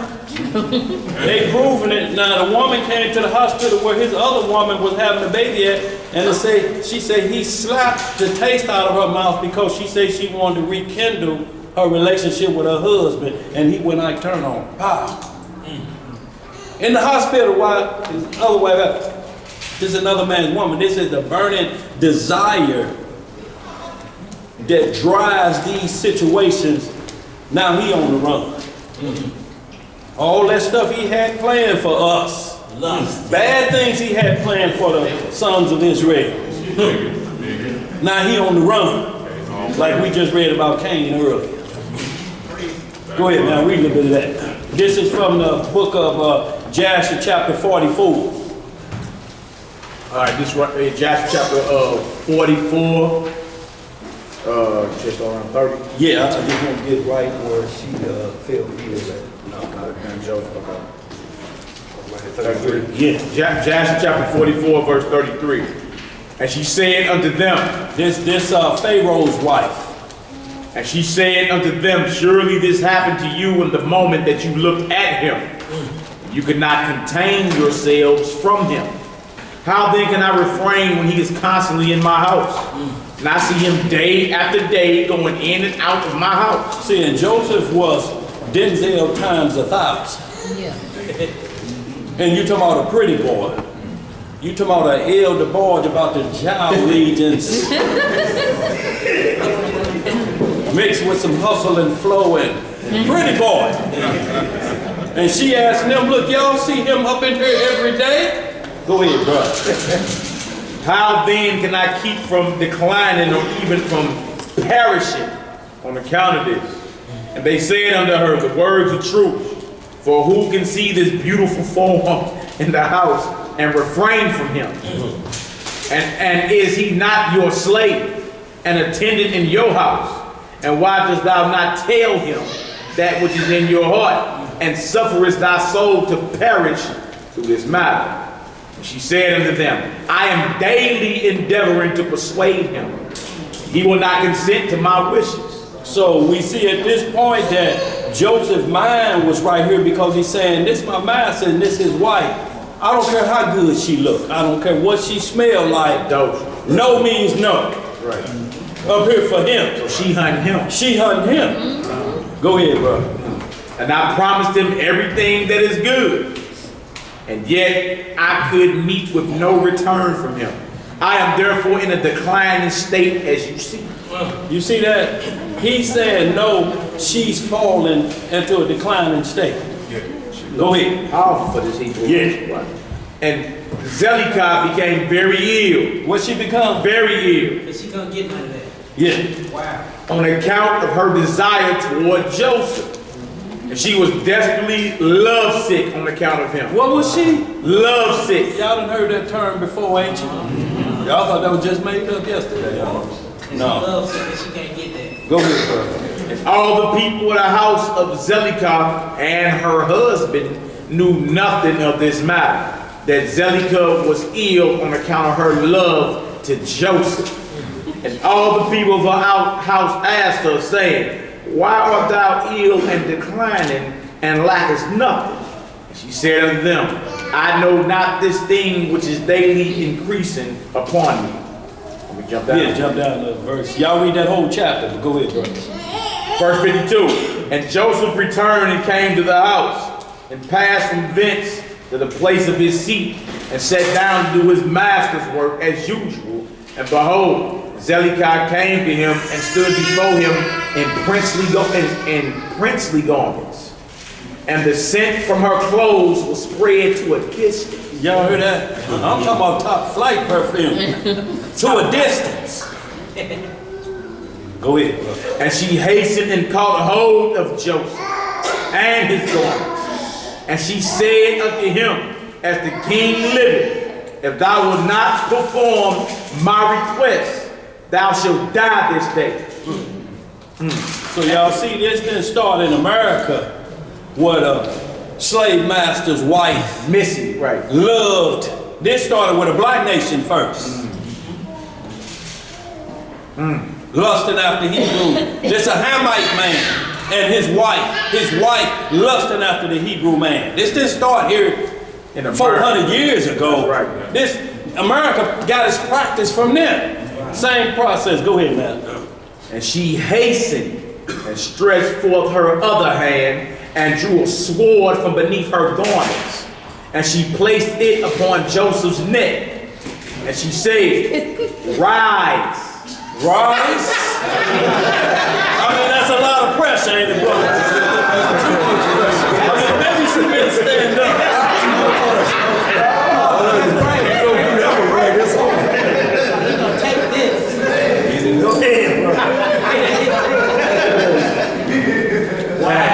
And she placed it upon Joseph's neck, and she said, rise and perform my request. And if not, thou diest this day. And Joseph was afraid of her at her doing this thing. And he rose up to flee from her, and she seized the front of his garments. And in the terror of his flight, the garment which Zelicah seized was torn. And Joseph left the garment in the hand of Zelicah, and he fled and got out, for he was in fear. Y'all see how he ran and just got out of it? She had it. He pulled out of that shirt like, I'm gone. So she like, give me the penis or die. Rise. Rise. You talking about pressure. Oh, that's spot 2.2 seconds. Right. You better perform. That's funny, man. But same thing's mentioned in the book of Genesis as well. It says the same thing. That's what he was thrown in jail about. And then he had a vision and broke the things down. That's how he got out of jail. Yeah, he was doing that was 12 years he was on that false charge. Free case. On a free case. But was die hard faithful to his God, even to the point of death. He like, you're going to have to go and push that blade all the way in and you ain't going to get it anyway. How many of y'all have been like, man, roll the dice? Boy, what's good? I mean, dog, I had no chance. I mean, dog, she had a knife to my neck. Yeah, what was I supposed to do? She had a gun to my head, dog. What you mean? How many of y'all would have been like, man, no dig? Right. How many of y'all would have been like, man, hey, you Just know, one time. I'm looking for an excuse anyway. Today we are hollering, she came on to me though. She took me. It fell in it. Right. All kinds of stuff coming. She pressured me. Y'all, then these type of examples let us know your heart is truly true with the God you serve. Truly, y'all, no means no started with this man here. Yeah. Straight up, dog. I said no. And she said the same thing. Well, I'll have everybody, I'll say you did it anyway. That's going to get you thrown in a penitentiary. Y'all, we heard this same thing all throughout the plantation. Yeah, she was love sick. She straight love sick. Ill. She couldn't have that Hebrew loins. Well, let's do it. So look, before we get into this Genesis 2 and 7, I want to show y'all this board real quick. So y'all know it all starts from the body. It really starts from the spirit, goes to the soul of the body. But we're going to do the physical to the spirit first. So the body is your physical shells. It's where your organs at. It's where your organ system's at, your health, your senses. It's what you use when you pray, your tongue, your speech, your sight, your hearing, your touching, your smell, and your taste. All of these are sensory senses that's attached to your body. So when you doing body on body before you have sex, look, ain't nothing emotional going on. Now check where the emotions at. The emotions is where at, y'all? The soul. So that's why it becomes emotional. And then this is the fruit of the spirit. So the same thing you swapping out is your emotions, your fruit of the spirit, your will, your reason, your thought, your mind, your desire, your personality. All this is inside your DNA, your perception, your memory, your intellect. Then it goes to the spirit. And these are your supernatural senses, your faith, your gifts of the spirit. These are your spiritual sight, your spiritual hearing, your spiritual touching, and taste. All this connected by the heart and to the flesh. So when you lay down and you engage in sexual intercourse, you're not only giving somebody your body, you're giving them your soul and your spirit as well. Everything that's attached to it. Now honestly ask yourself, a person that you only known for a month deserve that? They deserve all of that? A weekend, you deserve all of that? You ain't finna get to know nobody body, soul, and spirit within a weekend. Sure ain't.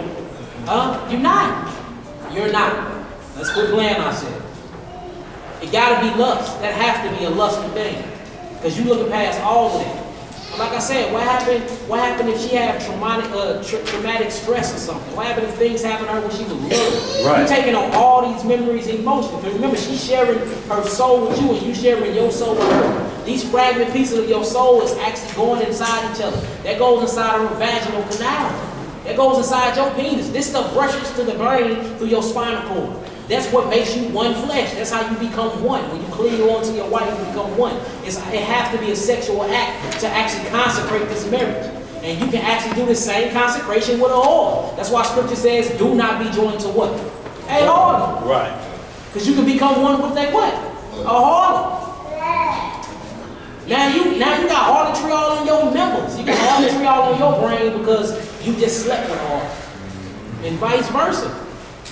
So we have to start taking sex way more serious. Remember, it's a spiritual ritual. Whether y'all want to call it that or not, is what it is. It's an actual ceremony. It's a consecration. That's why it's sacred. We're going to go to Genesis 2 and 7.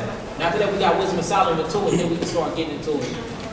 And now let me just say this too. For that scripture, he just said, well, Paul said you can't be joined to a harlot. So a lot of people look at that and they'll try to discount the legality of polygamy. But that's not meaning that, it's including that. Because if you get with a harlot, she has multiple men. Yep. And if you have two wives at home, then you bring home her disease with her multiple men to your two women. When you say her disease, the demons, STD, so that's what it means. Now you've brought multiple men to your household. And that's kinky sex. You don't get down with the kinky. So it's covering every aspect of it. It's not deleting one. It's just telling you this is the deal. There's no such legality of polyandry. Yeah. A woman with more than one man. If you join to a harlot and bring another man back to your household, then you got two sets of blood working. That's deep. Go ahead, bro. Two wives. Somebody can have two wives. Yeah. But It ain't all right for you to sleep with a harlot that slept with 50 Negroes and then you remember the spirit. That's all on this class. When you lay down and you have sex with somebody, it's a spiritual thing. So say you lay down with a harlot, right? And this harlot just got done doing it to 50 Negroes. And you go back and you lay with your wives. You bringing these 50 spirits, sexually transmitted demons, sexually transmitted entities back to your wife. Now that's adultery because she only supposed to be sleeping with what? One man. But see, you driven off lust so much, you just trying to get one off, but you got two wives at the crib. You can go do that there. But you looking to fulfill your lustful desires, and you get irresponsible with your sexual, spiritual organs, that you want to sleep with a harlot that's full of demons, and then you bring these same demon, demonic men back to your women, and then you wonder why the household and all this stuff. It's you. See, they got Nelly on Front Street with it right now. Oh, yeah? People are saying, no, you raw dogging and you in a relationship? I mean, he's admitting, I didn't know he was in that deep. But the Daily Mail got him and the woman, all of the evidence now. They got his drawers laid out, his sweatpants, and his tennis shoes. They got her sleeping attire as well. The evidence is in the Daily Mail. And then Kevin Horton saying what? Huh? The bed, all of it, they're showing all of the transgressions, and then the first thing they do is turn to his woman, and it says that she says, well, I ain't got no problem with it. Wait a minute, he's raw dogging. This is a woman he just picked up at the concert. Oh, man. You don't know who she been with, you ain't got a clue, and you raw dogging it. If only for one night. Only for one night. He probably just slept for like 60 minutes. So his drawers is on display. Get the Daily Mail, y'all. You see what we talking about, y'all. This is show a bad era right now for this mindset because they putting it on blast. Don't forget about the sex bots. Sure.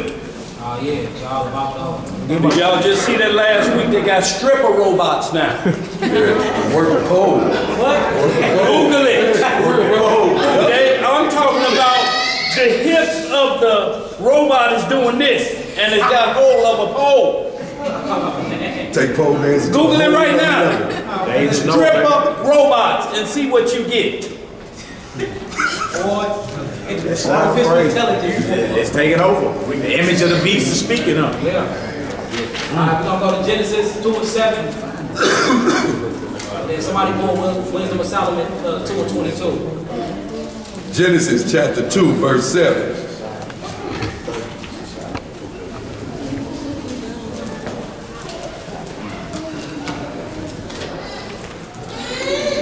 Everybody there? Genesis chapter 2, verse 7. And the Lord God formed man of the dust of the ground. So he formed us with the dust of the ground. Come on.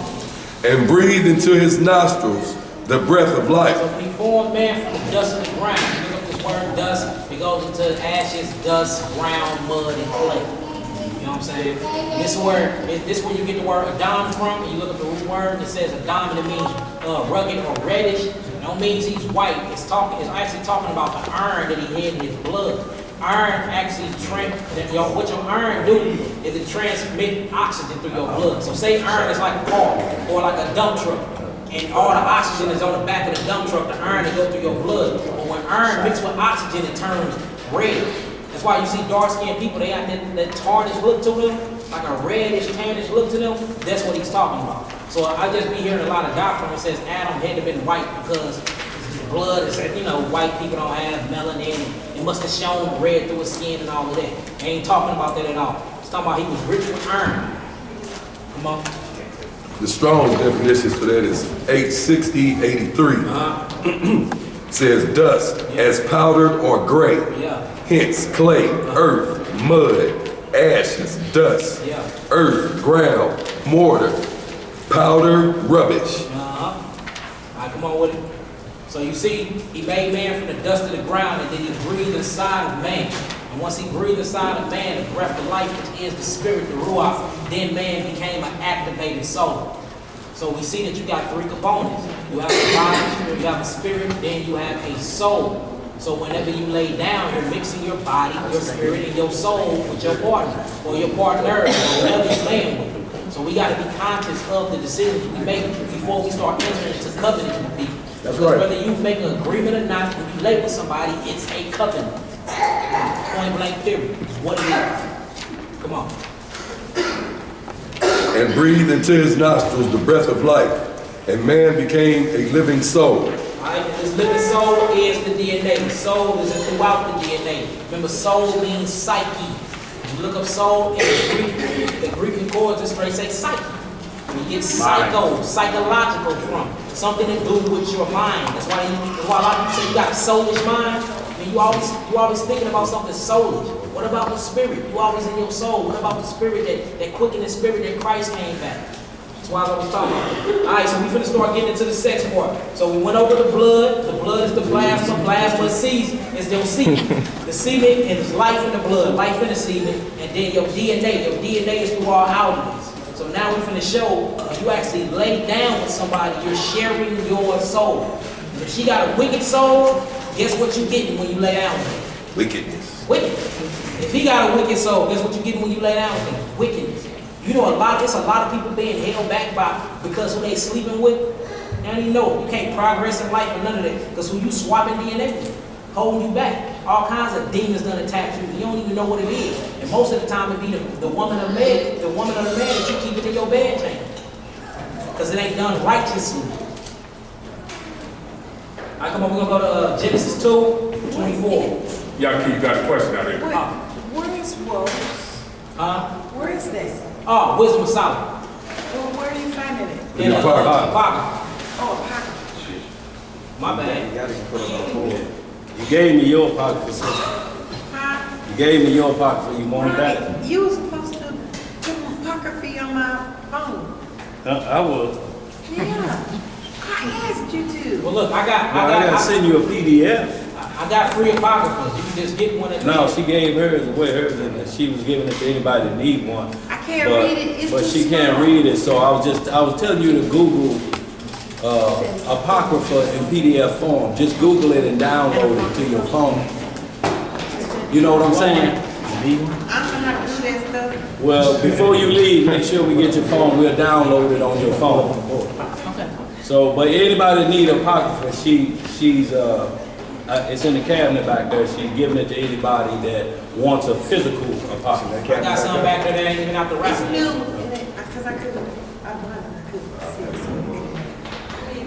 it. And if y'all want, this is one from Hendrickson. It's actually a little bit bigger. It's bigger than the red book, but it's still lined up the same. Biblical books.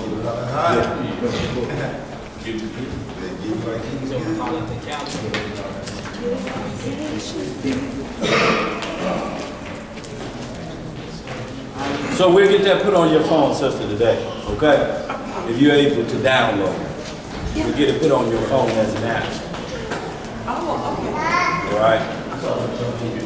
Y'all see Wisdom of Solomon? Yeah, I'm going to see that.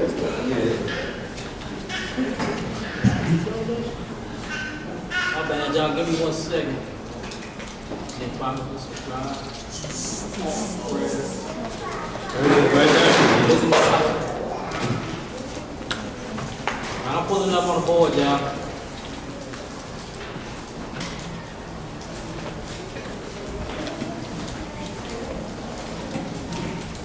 We're going to read Wisdom of Solomon chapter 2, verses 20 to 22. Let me get that first. Yeah, chapter 2.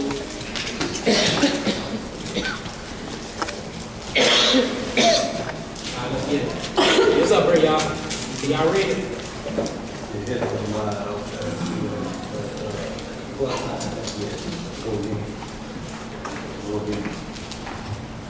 Y'all see that now? A little bit better? Alright, so this is the Wisdom of Solomon chapter 2. We can start from 20. And y'all, these subjects we hope it's not getting too far out of the scope for you, but this is Bible study. And the Bible is the basic instructions before leaving earth.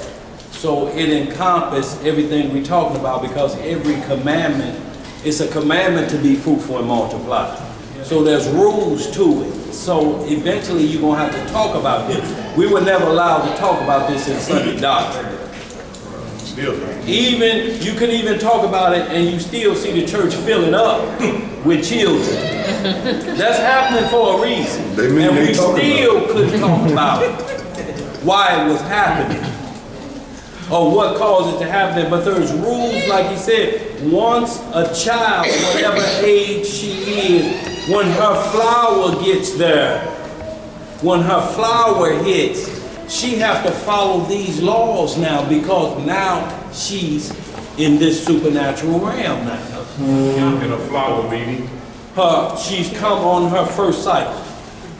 And for a man, when he reaches puberty, he's able to emit the blood that he's talking about.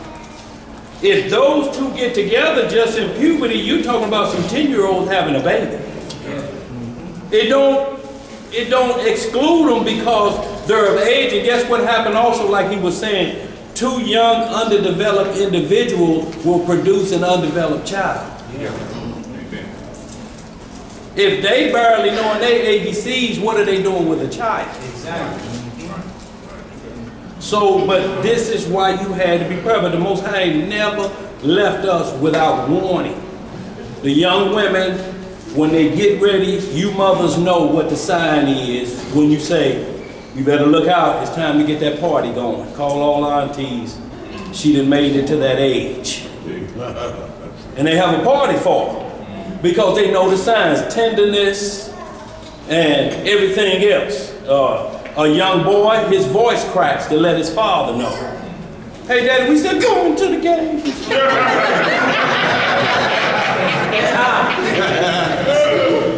His voice cracked. And then next he'll start smelling his piss and walking like this, and you be like, hey, wait a minute now.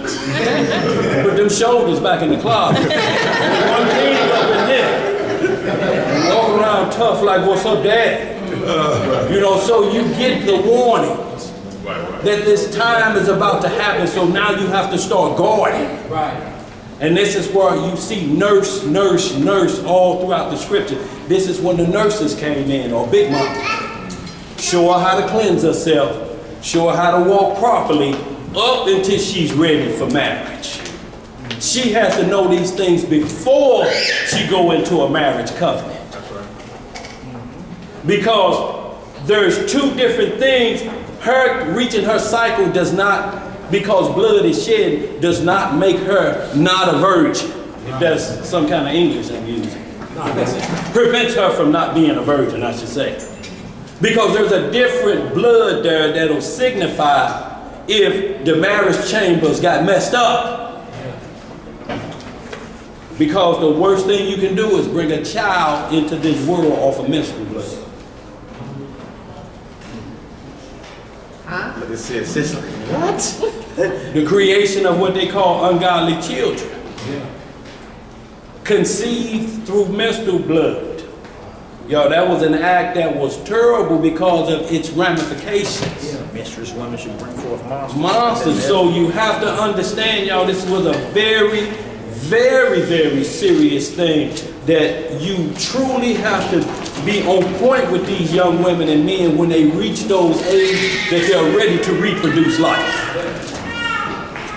Then spiritually, y'all, it's people that spiritually haven't made it to puberty yet. Yeah, your body has, but you're still a baby in the mind. Sure is. Why would I want to make a woman that's a baby in the mind my wife? I don't, you know what I'm saying? Or the same thing with you. You sleeping with a spiritually a hobo. Why do you want to, you know what I'm saying? In mindset. Like you swapping the wrong spirit and DNA. Why are we doing it? Why are we not taking this more sacred? Why are we not taking this more serious? Like it's all for lust. You just trying to get one off. That's you all. want to ejaculate. Let's keep it real.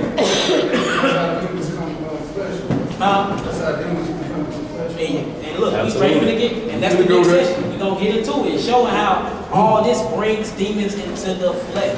Like you might be walking around with Cali and you might be walking They need a around with host. Memphis. Gotta have a host. The host. Hey, Danny. Yeah. We speak about the baby, right? Is it a spiritual thing when the innocent wears off? What do you mean? Is it a spiritual thing, like, when you're not responsible for your, when you're a baby and you grow up to a certain point, like you said, puberty and all that. So it's a certain thing when the innocence wears off. It's a spiritual thing, you know what I'm saying? With motels and all that. You know what I'm saying? Yeah. So all of that's spiritual, right? Oh, well, it becomes physical though because it's a physical act now. But you said ram, like, Well, what I'm saying is she don't cleanse herself properly. She has to know how to wash herself so that it don't linger behind. And you know, because everywhere she sit on, yo, these things are saying you're outside of being part of this temple when this part is happening to you. And it's the same thing for a man. If it go from him and he's got this crusty thighs or the crusty drawers, it's the same thing. He's still unclean until a certain part of the time of the day. So it's supernatural in that perspective. Even if they ain't really been with a woman or a man. You just can't have blood lingering on your body parts. Right. That's what it's about. You have to wash that blood off your body because you can come in contact. It's called passing or transferring the stuff because that's where contamination set in. You know, remember, you're dealing with spirits. Right. So you transfer. Life is in the blood. Life is in the blood. So those things are on men. You have to take a shower men every day. It's just not for a woman because you got dried blood on you. And look, most of us don't know. A man go in there in that bathroom and come back and ain't washed his hands and hands his body. What's up, dog? You done shit all day. Don't laugh. There's something wrong here. People over here ain't supposed to be smelling like Big Cat Country.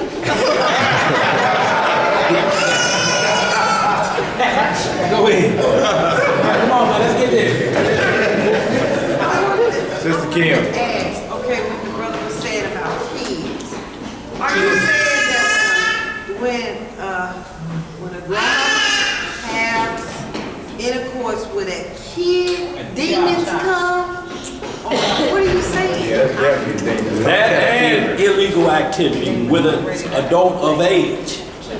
If it's outside the scope of what's designed. You see, you hear what And he's it makes saying? a demon? Yes. Yeah. Yeah, 99% of the time. it's Because a you're demon. raised in energy. It's a demon. It's all about this sexual energy. Think about it. Why do he want to have sex with this adolescent anyway? What is that? What's inspiring That's him a to demon. commit this Right. weakness? It's a demon. Inspired spirit. So what inspires you to do something that you know is wrong? Whatever you do is wrong, you're being inspired by a dark, all spirit to do that. And notice the transfer. Now you act against what's real or what's the truth. You understand? Especially dealing with this whole sexual type thing. Like a cat don't wake up yawn and say, I think I'm gonna be a pedophile. Right. You feel me? Something has to be inspiring him.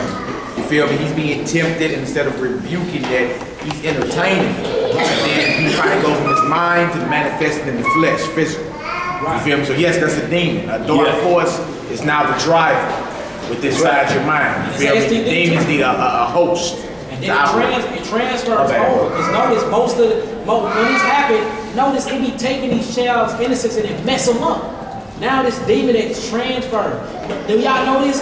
Look, look this up. Over 56% of child that have been molested end up being molesters. That's right. Or end up being homosexual. So you see where this demon come from, and now you have literally gave this person an STD. That's right. Sexually transmitted demon. Oh. Like y'all know about the NAMBLA organization. Right. NAMBLA, North American Men and Boy Love Association. North American Men and Boy Love Association. It's an actual organization whose phrase is sex before 8 before it's too late. You see that? Fair enough. So what? Yeah. So in other words, you got lobbyists in DC. That's right. Promoting this organization called NAMBLA. NAMBLA is an organization recognized by your government where it gives a green light to pedophiles to lay with boys, before 8 years old. Now, why is that age 8? Why is that age? And why? And look, and this gets deep into what they call the illuminate ones, where they think when you go inside of a young boy like that, you taking that spiritual, innocent, sexual energy from them, and they think it prolongs their life. They call these little boys rectums the tunnels of enlightenment. What do you call an 8-year-old boy rectum the tunnel of enlightenment for? And notice, whenever they rape these little boys, it had to be violent. Yeah. What's his name? Bill Snowden? Man, there was some dude from Kansas that he was a warlock. He talks about this stuff. How they had to have sex with little boys in order to become a 33-degree Mason. In order to, you had to have sex with a demon. The demon, Bill Snowden. The devil, Snowden. And the devil, what they used to do was do a ritual on a boy. They would put the demon inside the little boy, right? Then they would violently rape the little boy and have sex with this demon. See, in order for demons to have sex, so if you have a demon in you and another brother got a demon in him and y'all come together, it's the demons that's having sex. That's right. You as the host. You affected by it though, because demons can only attack DNA. Demons can only attack what's spiritual. Now remember, anything that started in the spiritual realm manifested in the physical, but it's starting in the soul.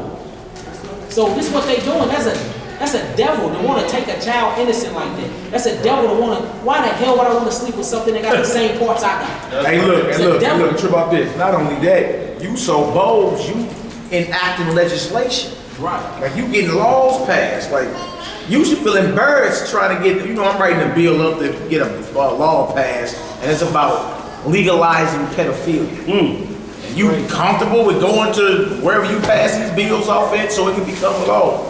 You feel me? Don't let you know dark principalities and spirits are actually ruling in high places, government, in high places, government, and all that. You feel me? To where now this organization is powerful. But what is the principality that's back? Exactly. That's right. It would have to be those same demons the bro's talking about. We're gonna bring them up. Now look up the word, the root. Government. Govern means to what? Control. Rulers. Powers that be. Look up govern. The etymology means ruler. And then when you get to mint comes from the Latin word mentos or menti, which means mental, the mind. Government means the controller of minds. That's right. Who is behind that? And why is they passing that? What's that? The boys love a girls. What's that? The boys love a little boy club and all this. Man, there's some crazy stuff going on. And notice all this stuff has to do with sex. Sex. And that's whenever Satan, you ever sell your soul and you make a deal with the devil, sex has to be involved. Blood has to be involved. Why you do witches when they do soul ties with each other? They cut their hands and then they mush their blood together. Or when you need to do voodoo or something on a person, you need to get a sample of their hair, their DNA, and their blood. That's right. All this is talking about that life that's in that blood. And we do this every time we lay down and have sex. We're doing a spiritual ritual. Who is you communing with? What cup are you really drinking from? We don't know it because we be laying down having sex and I ain't even known you a month. That's right. I ain't even known you. I'm all inside of your internal organs. Oh. Passing along all my genetic codes, all my information, my emotions, giving you all of me and I don't even know you. And now you crazy and depressed as hell, and you ain't know I've been depressed since I was 10. Right. That's why you're depressed. Absolutely. I just gave all that to you. I feel better now. And see, right.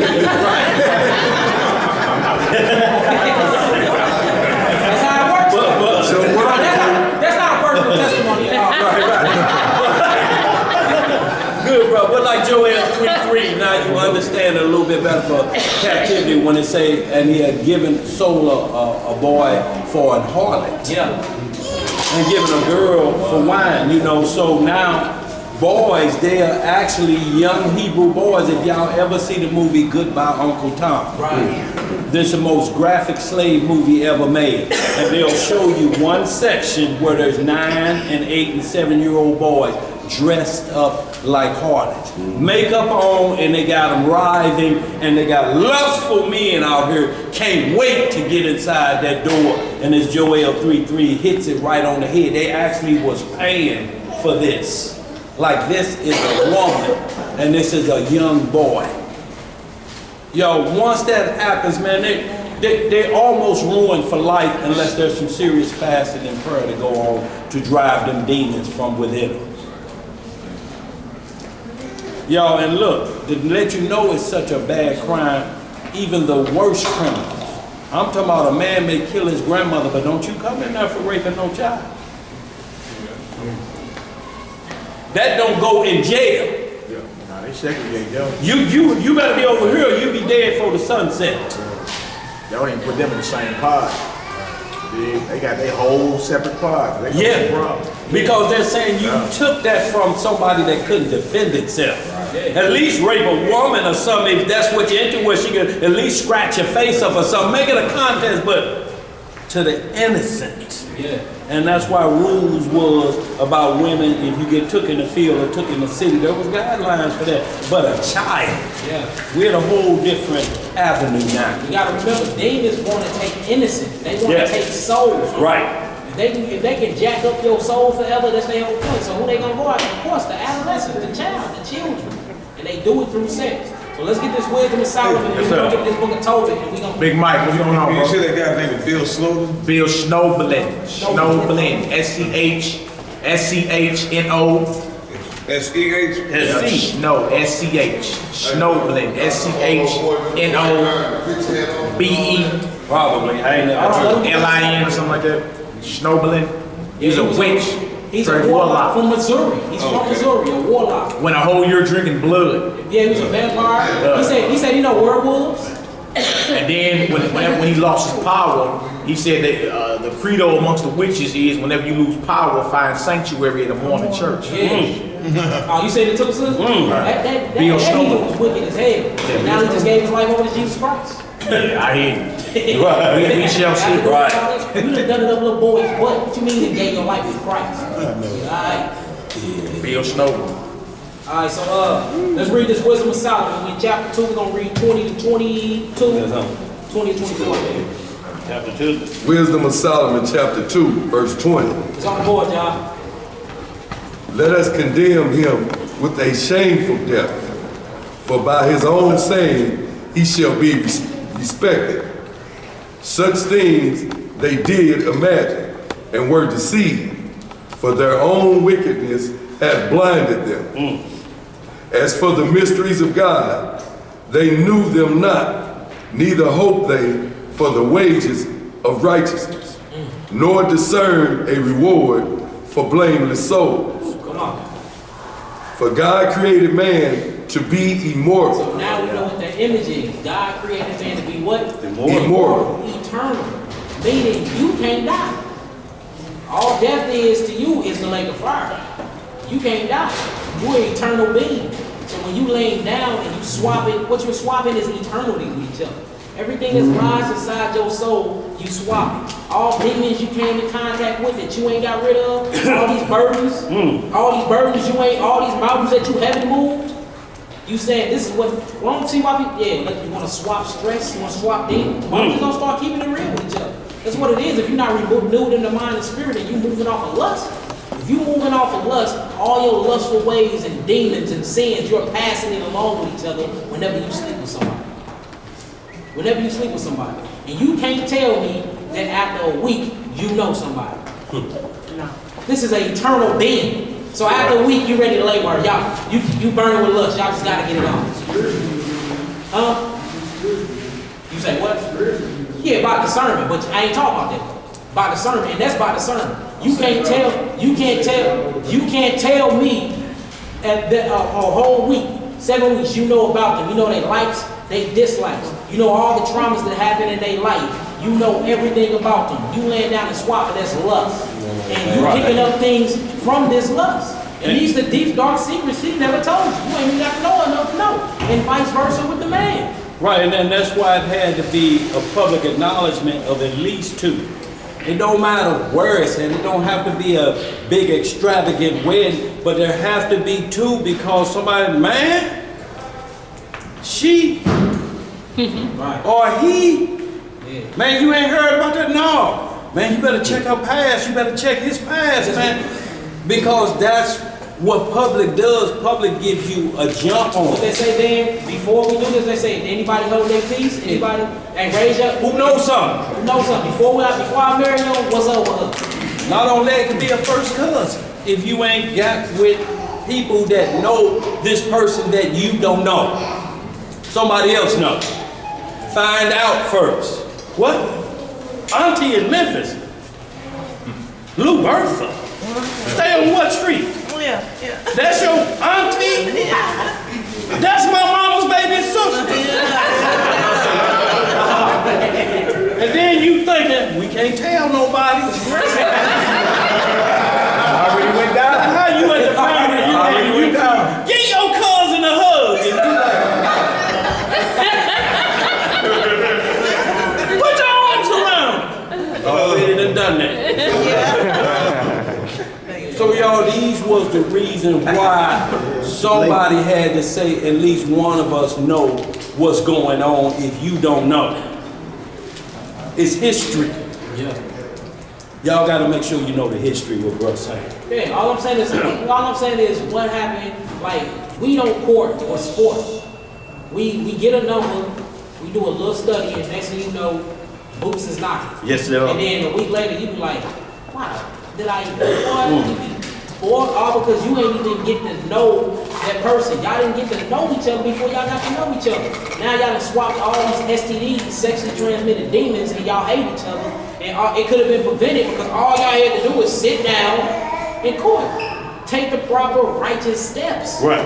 But y'all didn't do that because both of y'all are stuck in lust. Right. And a lot of people gonna say, no, that ain't true. That's what it is. If it ain't that, then what is it? How you find out she put behind can't I just like a whole lot. What's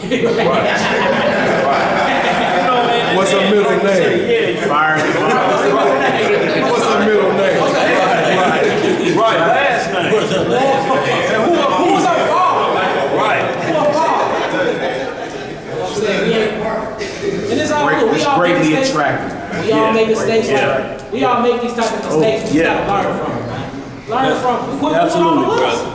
Quit moving off of lust, because that's where demons come from. And then look, it actually gotta be taught though, man. Yeah. How to deal with that urge to come over. That's what it is, Especially bro. as a young man, like we young men. Hey, you got the elders, what's up? Y'all got any type of advice? How did y'all deal with this, man? Huh? Women. Well, the main thing you do is if you don't use the scripture as part of your rap game. If it ain't about this deal. If you pull this into and help you out with your rap game, you cheat. And that's what's gonna happen because you can't make this make you jump the gun. That's what's gonna happen because if you saying this, keep saying, bed, this gonna marry us, the bed gonna marry us, the bed gonna marry us. Before the public acknowledgement, and all we talking about is two. Before somebody else know y'all get together for eternity. Yeah. Not a one-night stand. A stand of eternity. Two different mindsets. And then, that's what you do anyway. When you sleeping with one night, but that's eternity. That's eternity still. When a man ejaculates in a woman, his sperm, that DNA stay on her brain forever. Look it up. That is on her brain forever. Forever. Yeah, How many different personalities you have from when you was a teenager, and then you claim you ain't crazy? One minute you happy, one minute you this way, one minute. Same thing with the man. Like this is. Remember, we made in His expression, this eternity. So when we laying down eternally with each other. That's right. So that's what I'm saying. Like, look, we can know all that. We can identify all that. We need to know how to deal with it. Right. Like, how do you deal with it? Like, you can know all that and go out here and see something that put fire in your bones. Right. And be like, man. Right. Feel me? Dang, bro, just taught a class that's called lust, but I like the way you feel. Right. You feel me? Like, it gotta be taught how do you deal with that? Because that's gonna keep coming back to you as long as you're alive. Man, how do you deal with that, you feel me, in a righteous manner? Like, how do you tame that wild horse? How do you tame Joseph? You say what, bro? Pray for the spirit of Joseph. Yeah, pray for that. That's a good example. You know what I'm saying? How do I, like, is there something wrong with being attracted? I mean, No, it's not. that's how Right. I'm saying, is it wrong with being attracted to somebody? That's how people hook it. You won't hook it with a walrus. Right. You know what I'm saying? So you like, dang, so there's gonna be some type of energy igniting this going on, right? So how do I harness that in a righteous manner? And then, you know what I'm saying, come together in a righteous manner. That would need to be taught.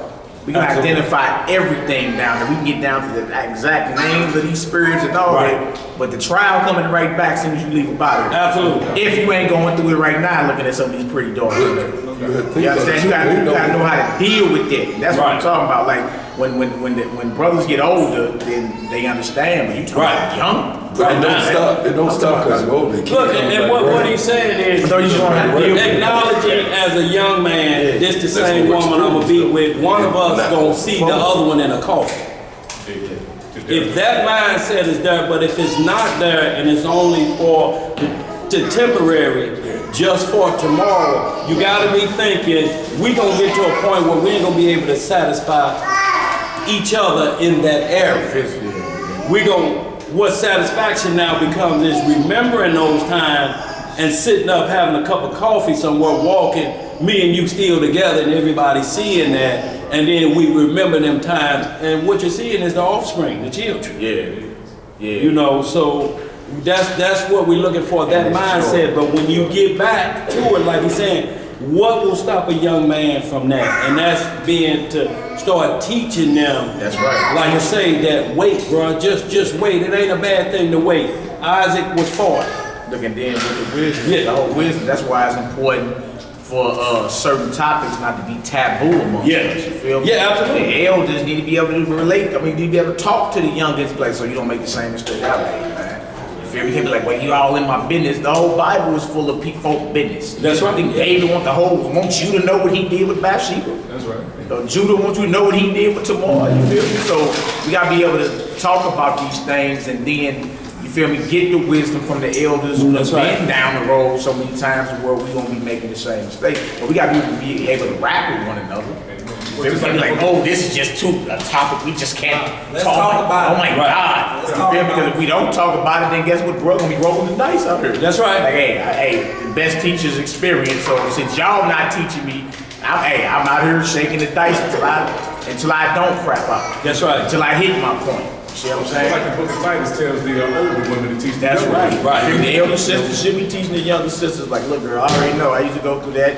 This how what you do. You feel me? How to be obedient and all that. The elder brother should be telling me, look, bro, I know you got a high sex drive. Right. I was 18. I was 25. You feel me? Then you got your head on your shoulders. These women ain't got no men. Right. You gonna be getting thrown at you from left field all over the place. You want to be able to deal with this. Say, what, when the wind blows? Yeah, right. Yeah. Right.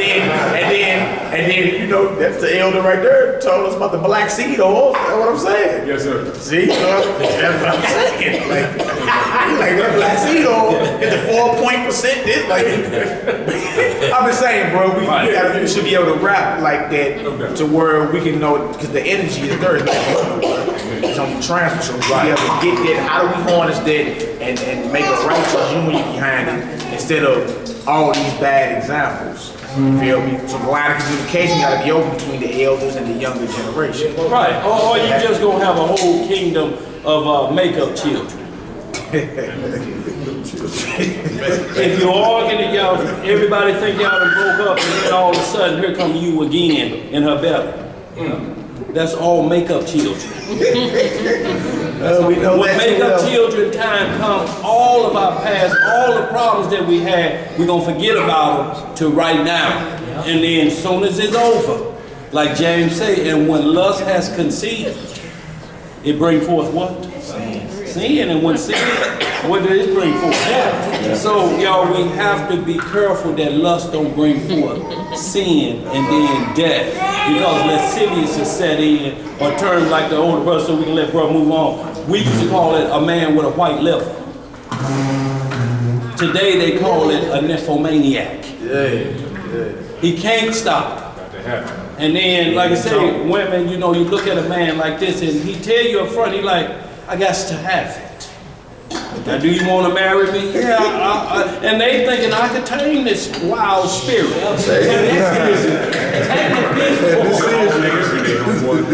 Until all day, every day. Until all day, every day, because what happens is you start to get in a contest of who to break the bad will. You know, and the woman telling the man that, you know, this is why you ought to be here because this makes you feel better. The man was saying, well, can't nothing take place unless my staff is involved. You know, and then you get a contest, and then you move it to other things. So you tell a woman, stick your finger in your ear and do like this. Which feels better, your finger or your ear?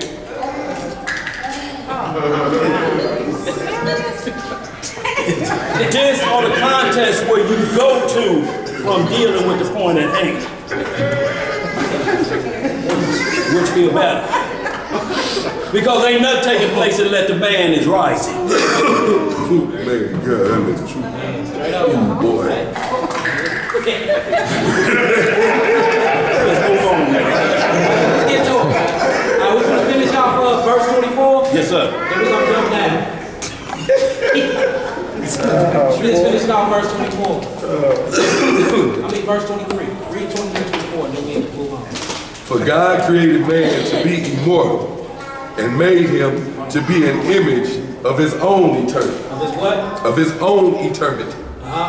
Nevertheless, through envy of the devil came death into the world, and they that do hold of his side do find it. And do what? Do find it. All right, let's get to Genesis. We're going to go to Genesis chapter 6.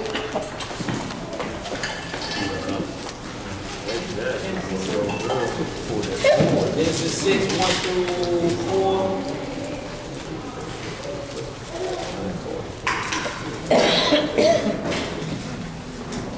Genesis 6, 1 through 4. And then we're going to go to Jude.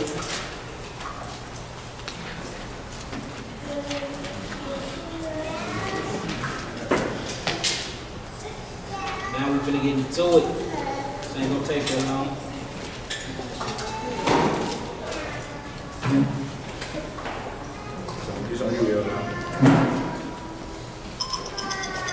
Genesis 6, 1 through 4. Here we go.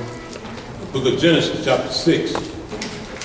And it came to pass, when men began to multiply on the face of the earth, and daughters were born unto them, the sons of Yah saw the daughters of men that they were fair, and looked, and they took the wives of all which they chose. So they weren't supposed to do this anyway.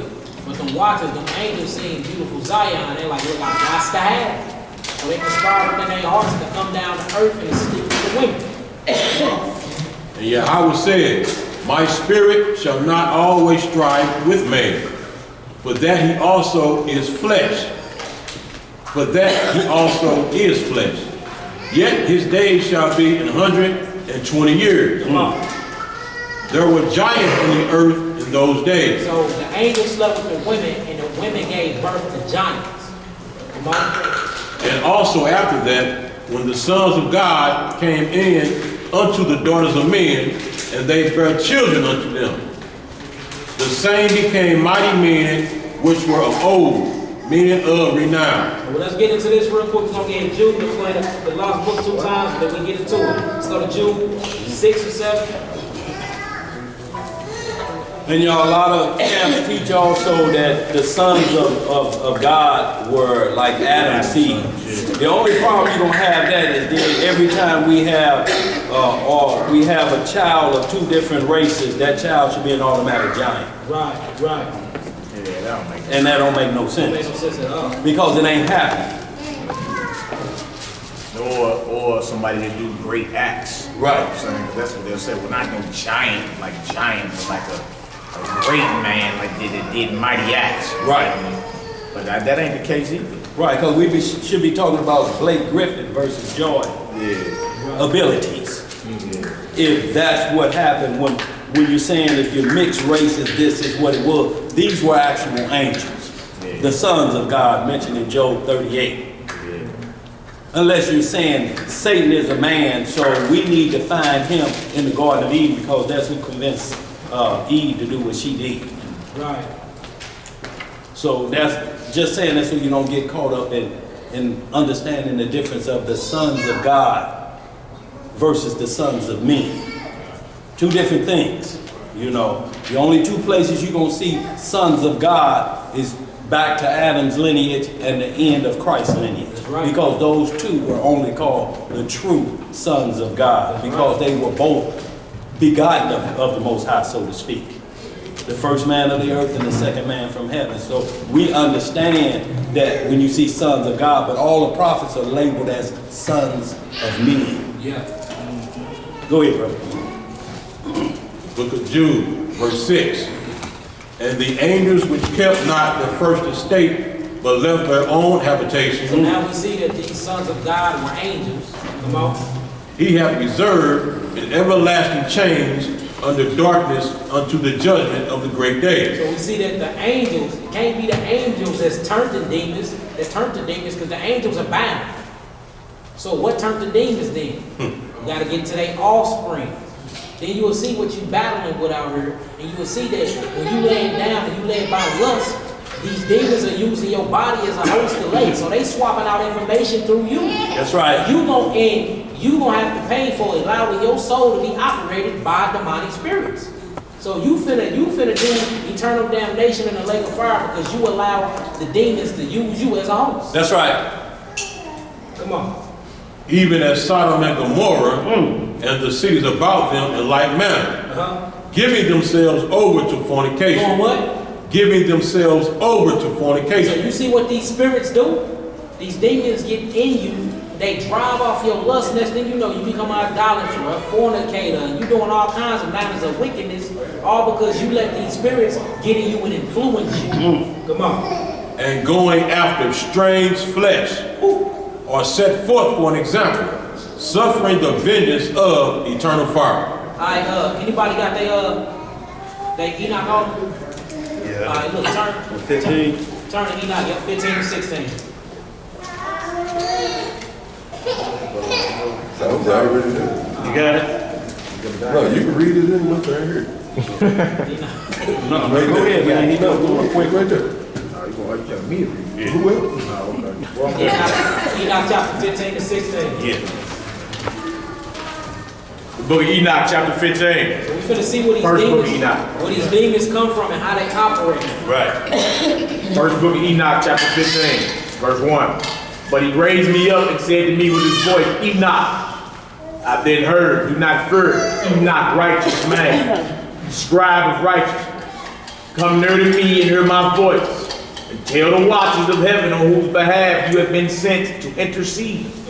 It is meet for you that you intercede on behalf of man, and not man on your behalf. For what reason have you abandoned the high, holy, and eternal heaven, and slept with women, and defiled yourselves with the daughters of the people? You see that? So we see the angels up in heaven, the chiefs, the angels actually fell to their lust. Now think about man. And these angels had all the knowledge in the world. So that lets you know that lust just ain't just out for one person. Lust is out for everybody. That spirit is out for everybody. It's up to you to fight. Like Mally said, it's up to us. Who is going to teach the younger generation? Like, hey, look, I went through that millions of times, bro. Don't do this time. Don't do it that way. Everything that glitter ain't gold. Get to know it first before you lay with them. You know what I'm saying? Who is going to start teaching the younger generation to look out for these signs? Hey, watch TV. People on TV trying to show you. Listen to the radio. It's all about bumping and grinding. Right. Like putting each other on point for they won't end up in the same situations that we done put ourselves in many a time. Come on, bro. Taking wives, acting like the children of the earth. Ooh, you see that? Taking wives, acting like the children of the earth.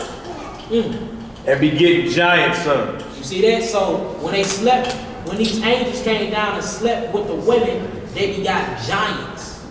Now the offsprings of these giants and the spirit of these giants is what came to be demons. That's right.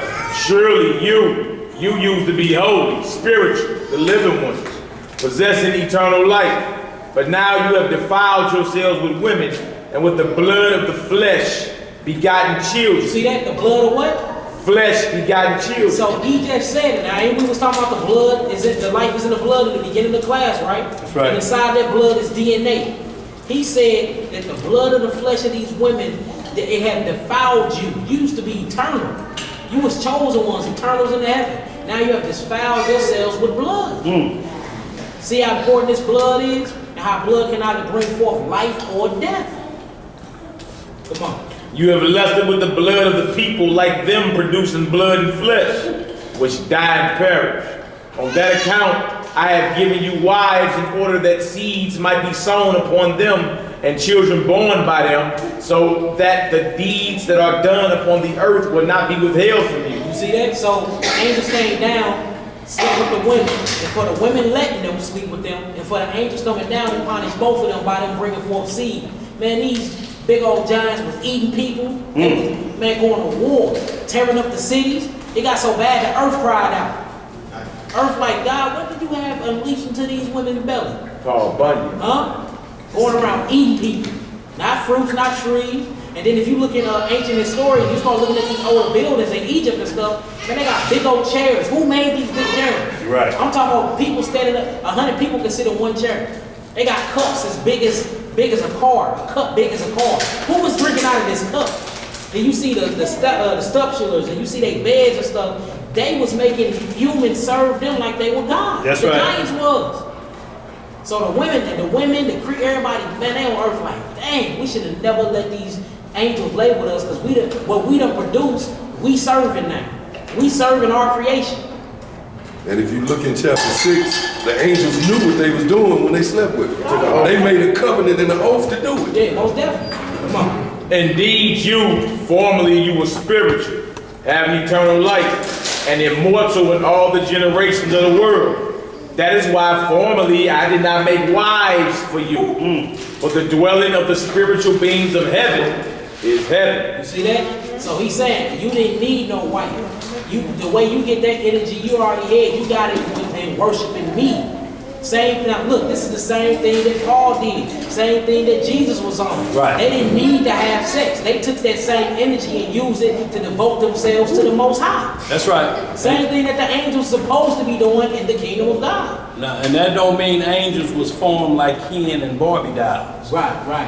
They got parts. Obviously, They got the same parts. They came there and used them, didn't they? In that Barbie.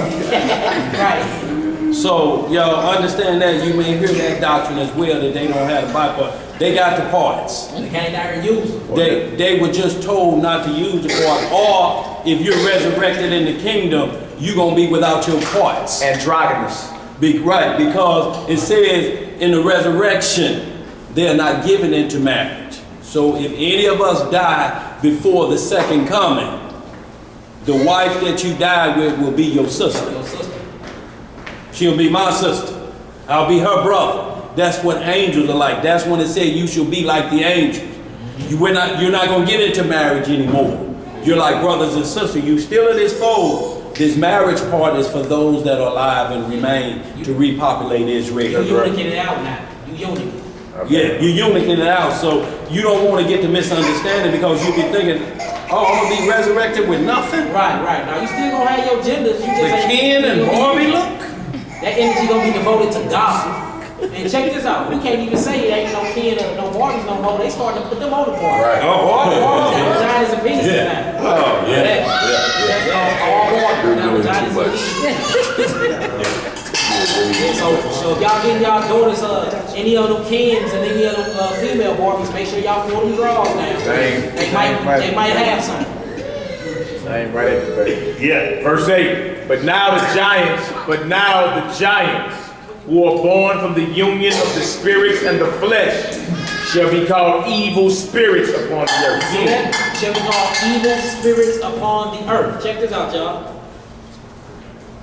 Go ahead. Because their dwelling shall be upon the earth and inside the earth. And inside the earth. So when the flood came and they died, and it was giants after the flood and they died, guess what happened to their spirit? That's right. Their spirit still remains. Yeah. Going in, to and fro within the earth, out of the earth, and jumping in people. Because they need a body to live. Remember, all spirit needs a body to experience reality. That's so right. They jumping into you becoming a host, and you acting out they wicked evil deeds. Falling. That movie Falling. Denzel back in the day. You acting out what they want you to do. They influencing you and you acting out. So when you see a demon or you feel like it's a demon in you, when you see a demonic act, no, and they all got names. You be like, hey man, this such and such son of Azazel, Bezael, and he does this. He like to rip books and burn Bible. Oh, that's a spirit of a giant. Dude's name in Falling. You see what I'm saying? That was his name. You see what I'm saying? So these spirits have names, and most of these spirits, they love sex. They love sex. Right. All of them love sex because sex is one of the only, other than the Holy Spirit, sex is the next thing that can get you that moment of eternity. Right. 5 minutes, but Right. you feel like it's 80 hours. Right, because you're hollering who while you're having it. I mean, he making sense. when you doing this, Oh my. Yeah. Oh my God. But see, because you getting this ecstasy. You getting this, look, what y'all think it was, the tree that wanted, why did Eve want it to be made wise so bad? What was this serpent? All this is talking about this sexual energy. That's why she laid down with Satan in the first place. Saying all this is spiritual.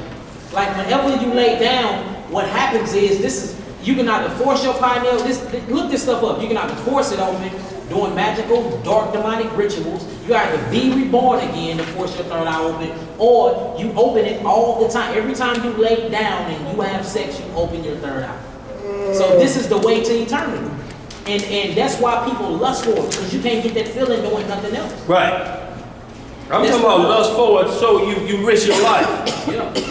Like autoerotic asphyxiation. Yeah. I'm strangling myself while I'm whooping myself like it owed me money at the same time.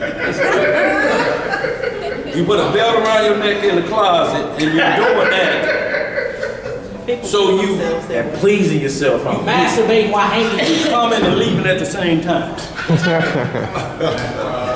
These are the rules that they teach men, that there's no better feeling than this, to know you're at death's door.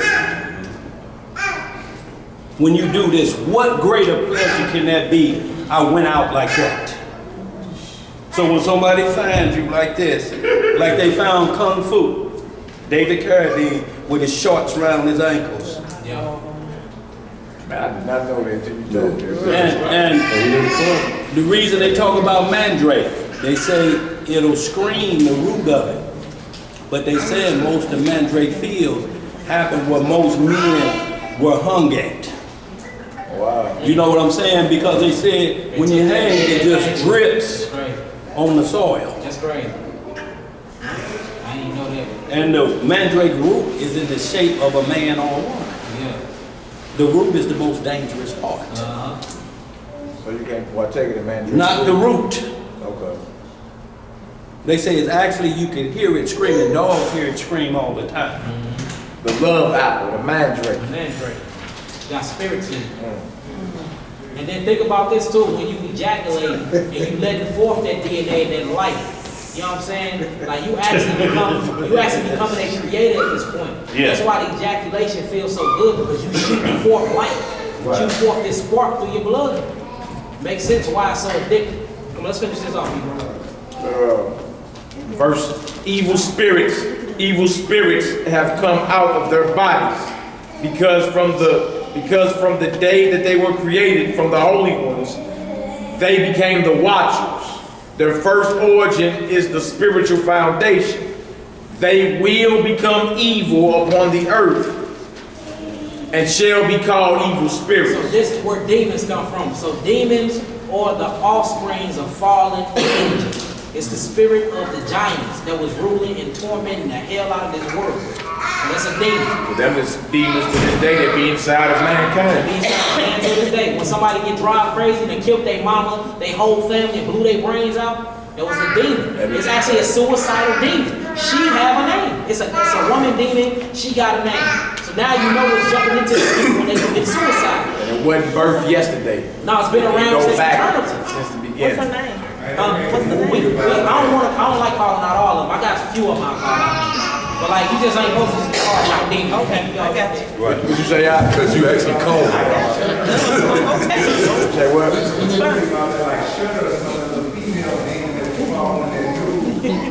What's the name of the movie? Shudder. Look, all you gotta do is, like I said, Bundy's show coming back on, heating up Lucifer. The whole thing is just about sex.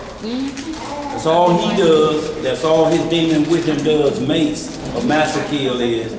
The whole deal is the intercourse with humans. His one mission is to get with this one human that he ain't been able to use his wiles on. So that's his challenge. and the main thing, they got other angels falling. They got a brother falling. Come back. He was supposed to be a watcher. Yeah, Dad wants to talk to you. Yeah, he's supposed to be watching and got his wings took because he didn't had sex with the psychiatrist, the same one Lucifer didn't had sex with. So now you got two men on this one woman, so now, but Lucifer already fallen. It's this other demon, the brother demon that's trying to regain his wings, so to speak. So they showing up exactly what he read right in front of your face because there ain't gonna be no excuse on Judgment Day. You sitting there watching Lucifer, wasn't you? So you didn't see none of what he read in Enoch 14 chapter. You watching it on TV, y'all. That's the way the devil plays, so it's without excuse. Everything he showed you, his end game is, I need you in the lake of fire with me.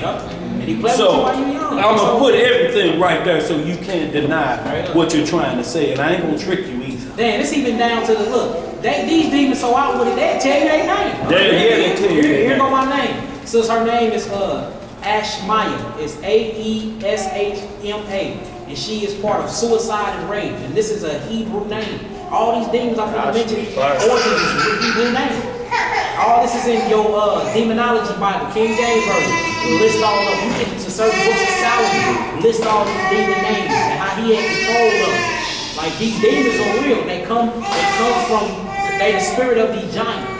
And all of them make you do specific things. So say if you got a masturbation problem, it's a straight demon for that name. That's right. Say if you a liar, you like to manipulate the Bible and take certain words out, it's a straight demon that likes to manipulate and twist scripture.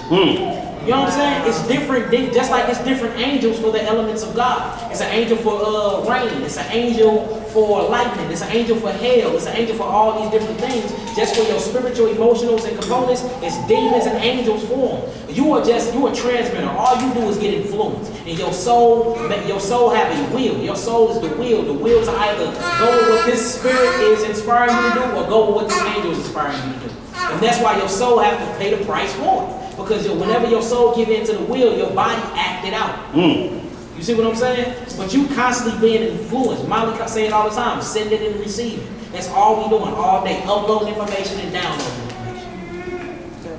Come on, Hebrew. Let's finish this off. It says, the dwelling of the spiritual beings of heaven is heaven. But the dwelling of the spirits of the earth, which are born upon the earth, is in the earth.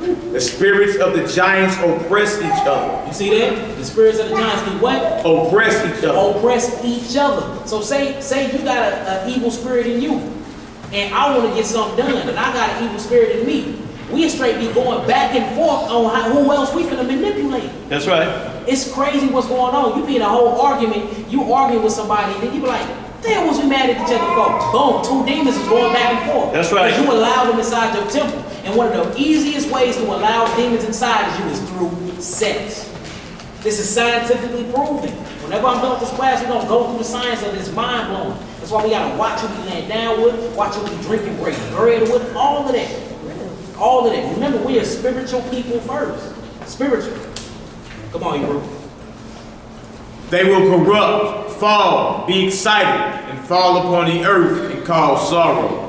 They eat no food, nor become thirsty, nor find obstacles. These spirits shall rise up against the children of the people and against the women, because they have proceeded forth from them. Chapter 16. In the days of the slaughter and destruction and the death of the giants and the spiritual beings of the spirit and the flesh, from which they have proceeded forth, which will corrupt without incurring judgment, they will corrupt until the day of the great conclusion. You see that? So until God comes back, the second coming of the Messiah, you're going to be getting influenced. Right. You're either going to be stopping it or you're going to be rolling with the ball. Going to be at war. You're going to be at war. Yeah. Until the great age is consummated, until everything is concluded upon the watchers and the wicked ones, and so to the watchers on whose behalf you have been sent to intercede, who were formerly in heaven, say to them, you were once in heaven, but not all the mysteries of heaven are open to you, and you only know the rejected mysteries, those ones you have broadcast to the women in the hardness of your hearts, and by those mysteries the women and men multiply evil deeds upon the You earth. see that? He's saying, I ain't even break you off with all the mysteries because I knew you was going to be on what you was on anyway. So you teaching them how got to the do rejected mysteries. Yeah, you got rejected mystery. You teaching them astrology and the way of working iron and metals and teaching them how to do botany and work with herbs in the field and heal and all of this stuff. He's like, look, I knew you was going to get it. I gave you the rejected mystery. You ain't even got the real Jews that I got up here. So the women wanted to be wise like Eve had sex with Satan to become wise. The same women did that on earth. They had sex with these angels to become wise, and they didn't even get the true wisdom. They didn't even get it. Lust. Yeah, look. Lust, boy. Come on, you bro. It says, tell them, therefore, you will have no peace. All right. Now we're going to read Tobit 6. Got a few more after that, and then we're going to get up out of here. Tobit the 6th chapter.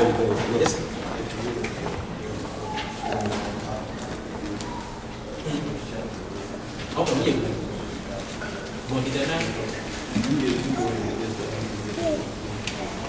Okay.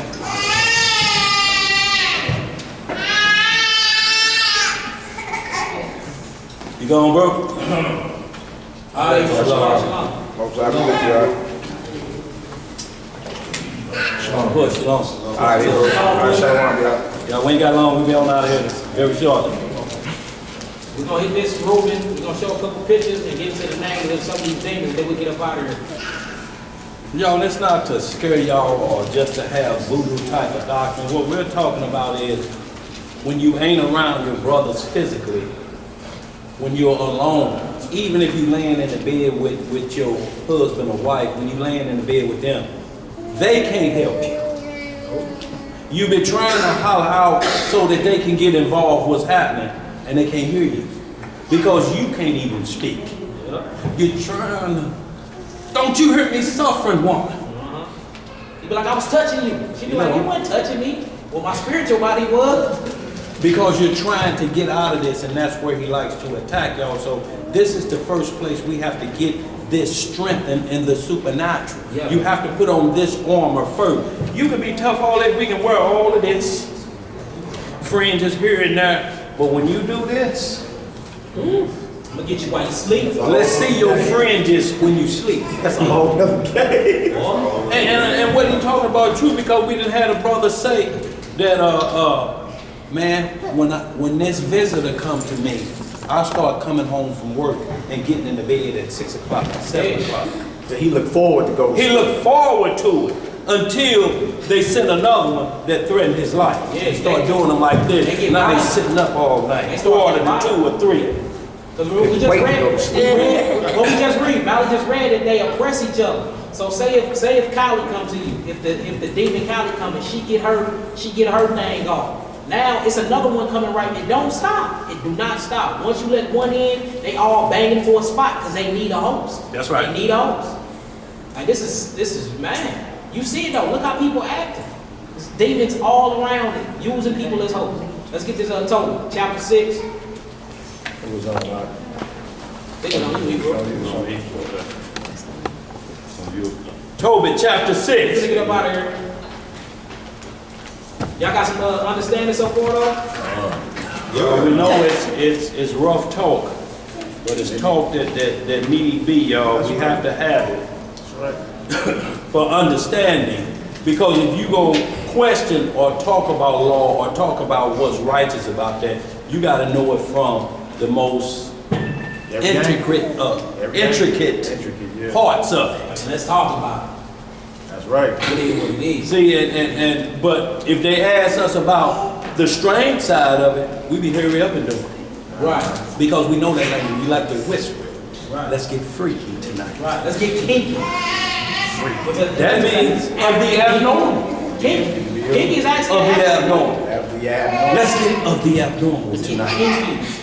And understand what happened. And then when those spirits clash and you break up, what's the first thing you point the finger at each other with? That freaky behavior, don't you? You don't never say, you don't hear no woman holler, that good love making man, I can't stand it. They go straight to the gym. They go right to where you like what you like on the other side of the door. All he like to do is do this, and then I put my finger. You gay nigga. Remember you let me put my finger.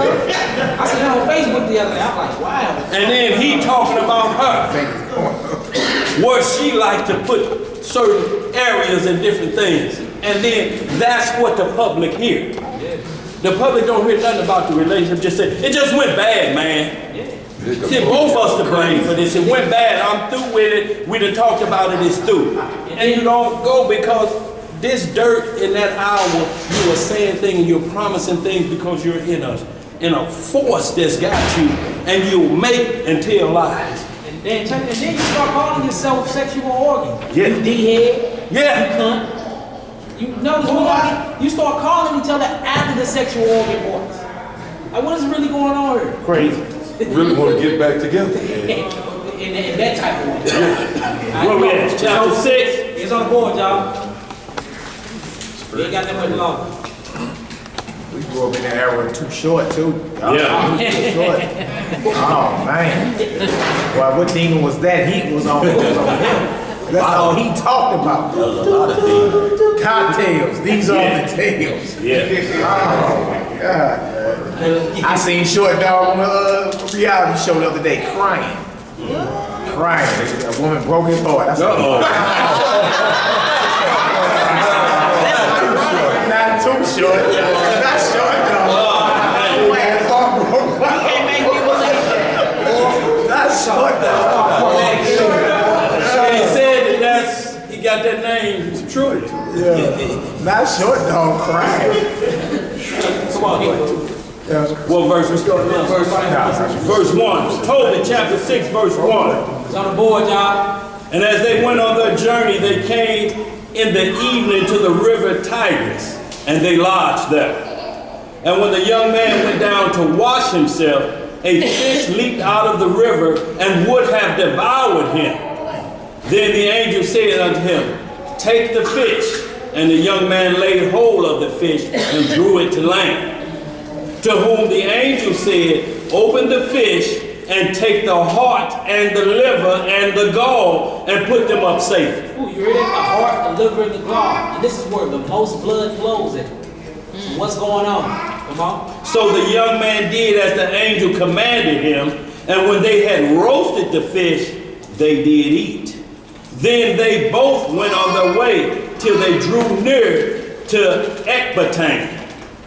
Then the young man said to the angel, Brother Azarias, to what use is the heart and the liver and the gall of the fish? Check this out. So he want to know, why am I using the organs of this fish? What am I using it for? Come on. And he said unto him, touching the heart and the liver, if a devil or an evil spirit trouble any, if a devil or evil spirit trouble any, we must make a smoke thereof before the man or the woman, and the party shall be no more vexed. So it's kind of like when you burn frankincense and myrrh and do like smudges in your house or something. Or you see on, like they do throw garlic and put garlic on the door. So they talking about a ritual to actually get rid of evil spirits. We just read that these evil spirits came from the giants and the angels coming down. So he's saying, look, take the gallbladder of this fish, and when you roast the fish and you eat it, he's saying burn it. And the smoke thereof, the smoke that go up will keep them away from you. See what I'm saying? What was the name of that fish? What was it? But look, see all this is done spiritually now. You know what I'm saying? This is a spiritual thing now. Come on.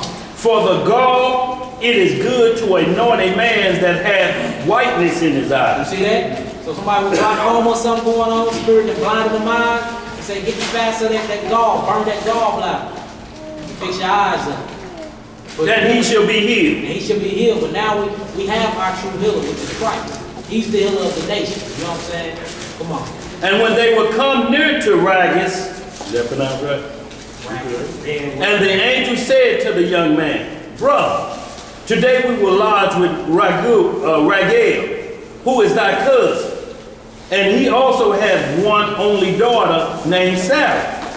I will speak for her, that she may be given thee for a wife. Check this out, y'all. For to thee doth the right of her appertain. Let me read that over. For to thee doth the right of her appertain, seeing thou only art of her kindred. And the maid is fair and wise. Now therefore hear me, and I will speak to her father. And when we return from Ragged, we will celebrate the marriage. See that? So he put the daughter on. He like, look, I got somebody for you to marry. And notice he buttered it up and table. The maid is wise and fair, beautiful. You know what I'm saying? He ain't never sit back like, dang, why you promoting so much?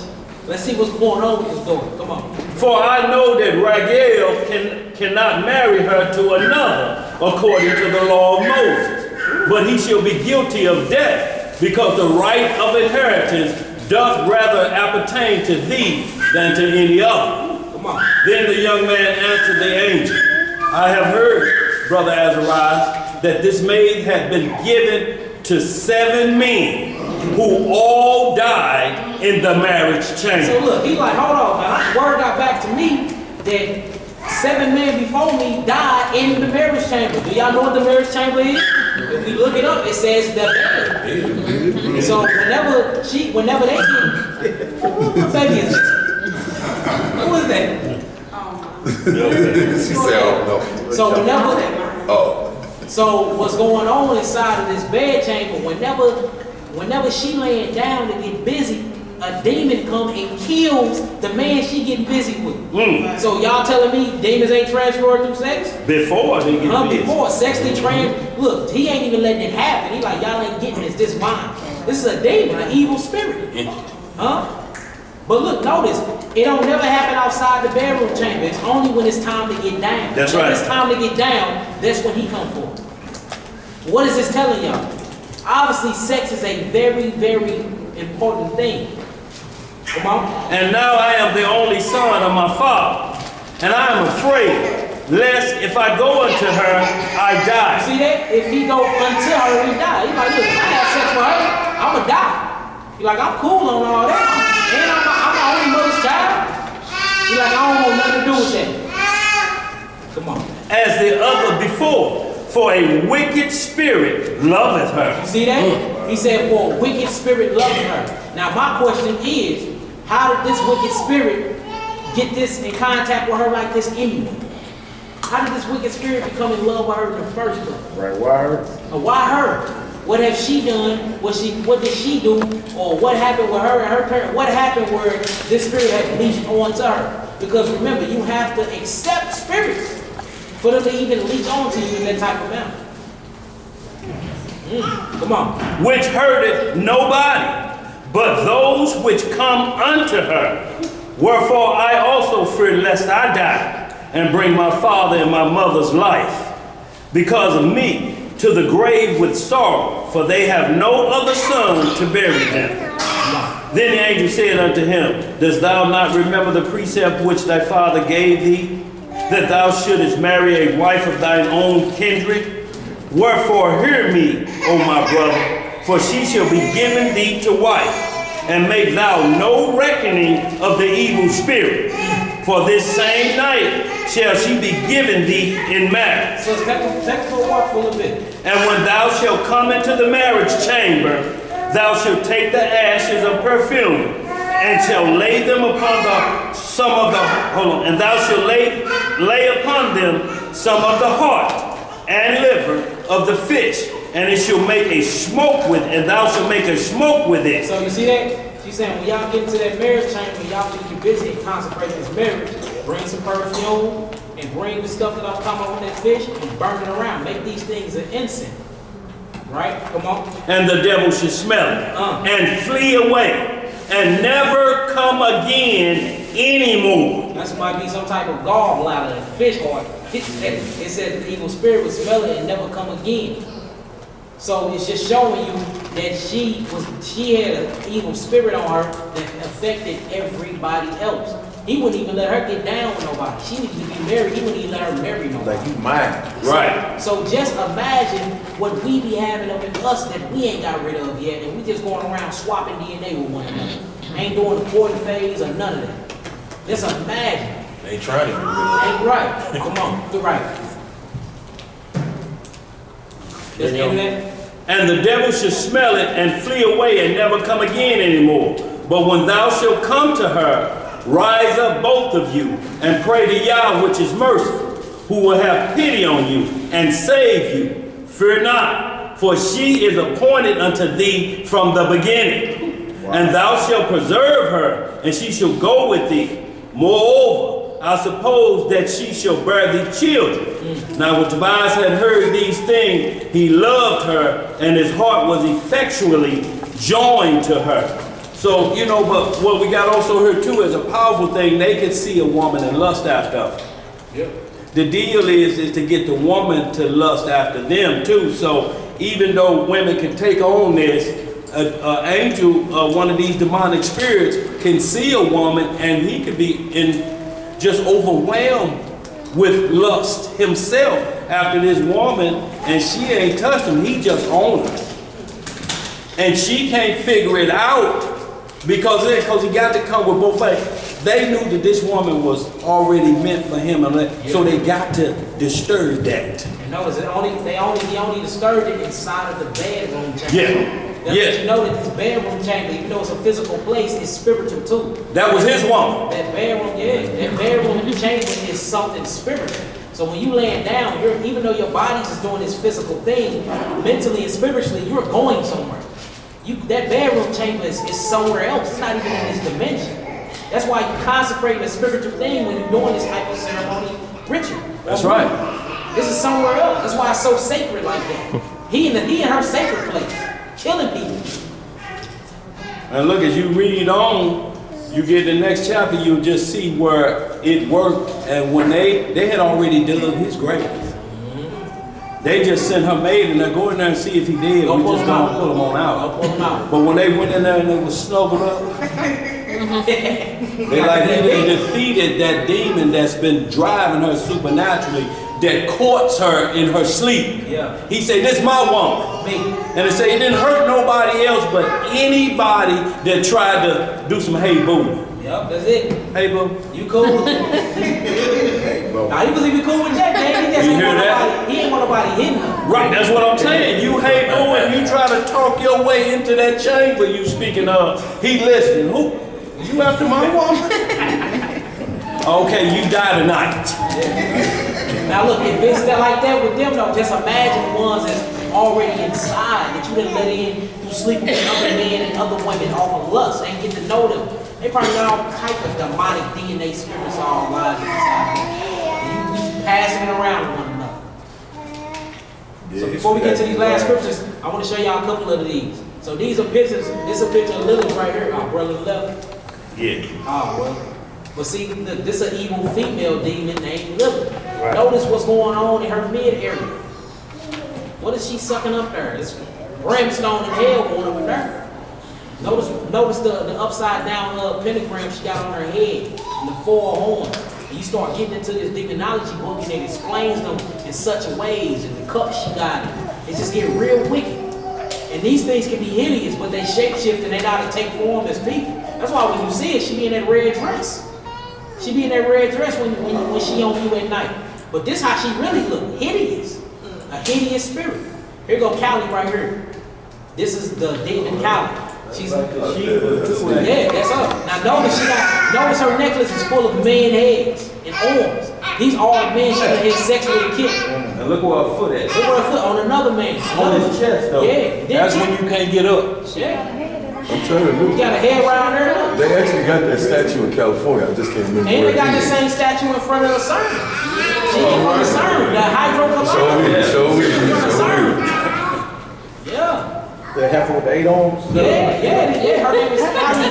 Look, her name is Callie. If you look up the Hebrew concordance, H3608, her name is in Hebrew, it means the prisoner. She's a prisoner. She take man captive.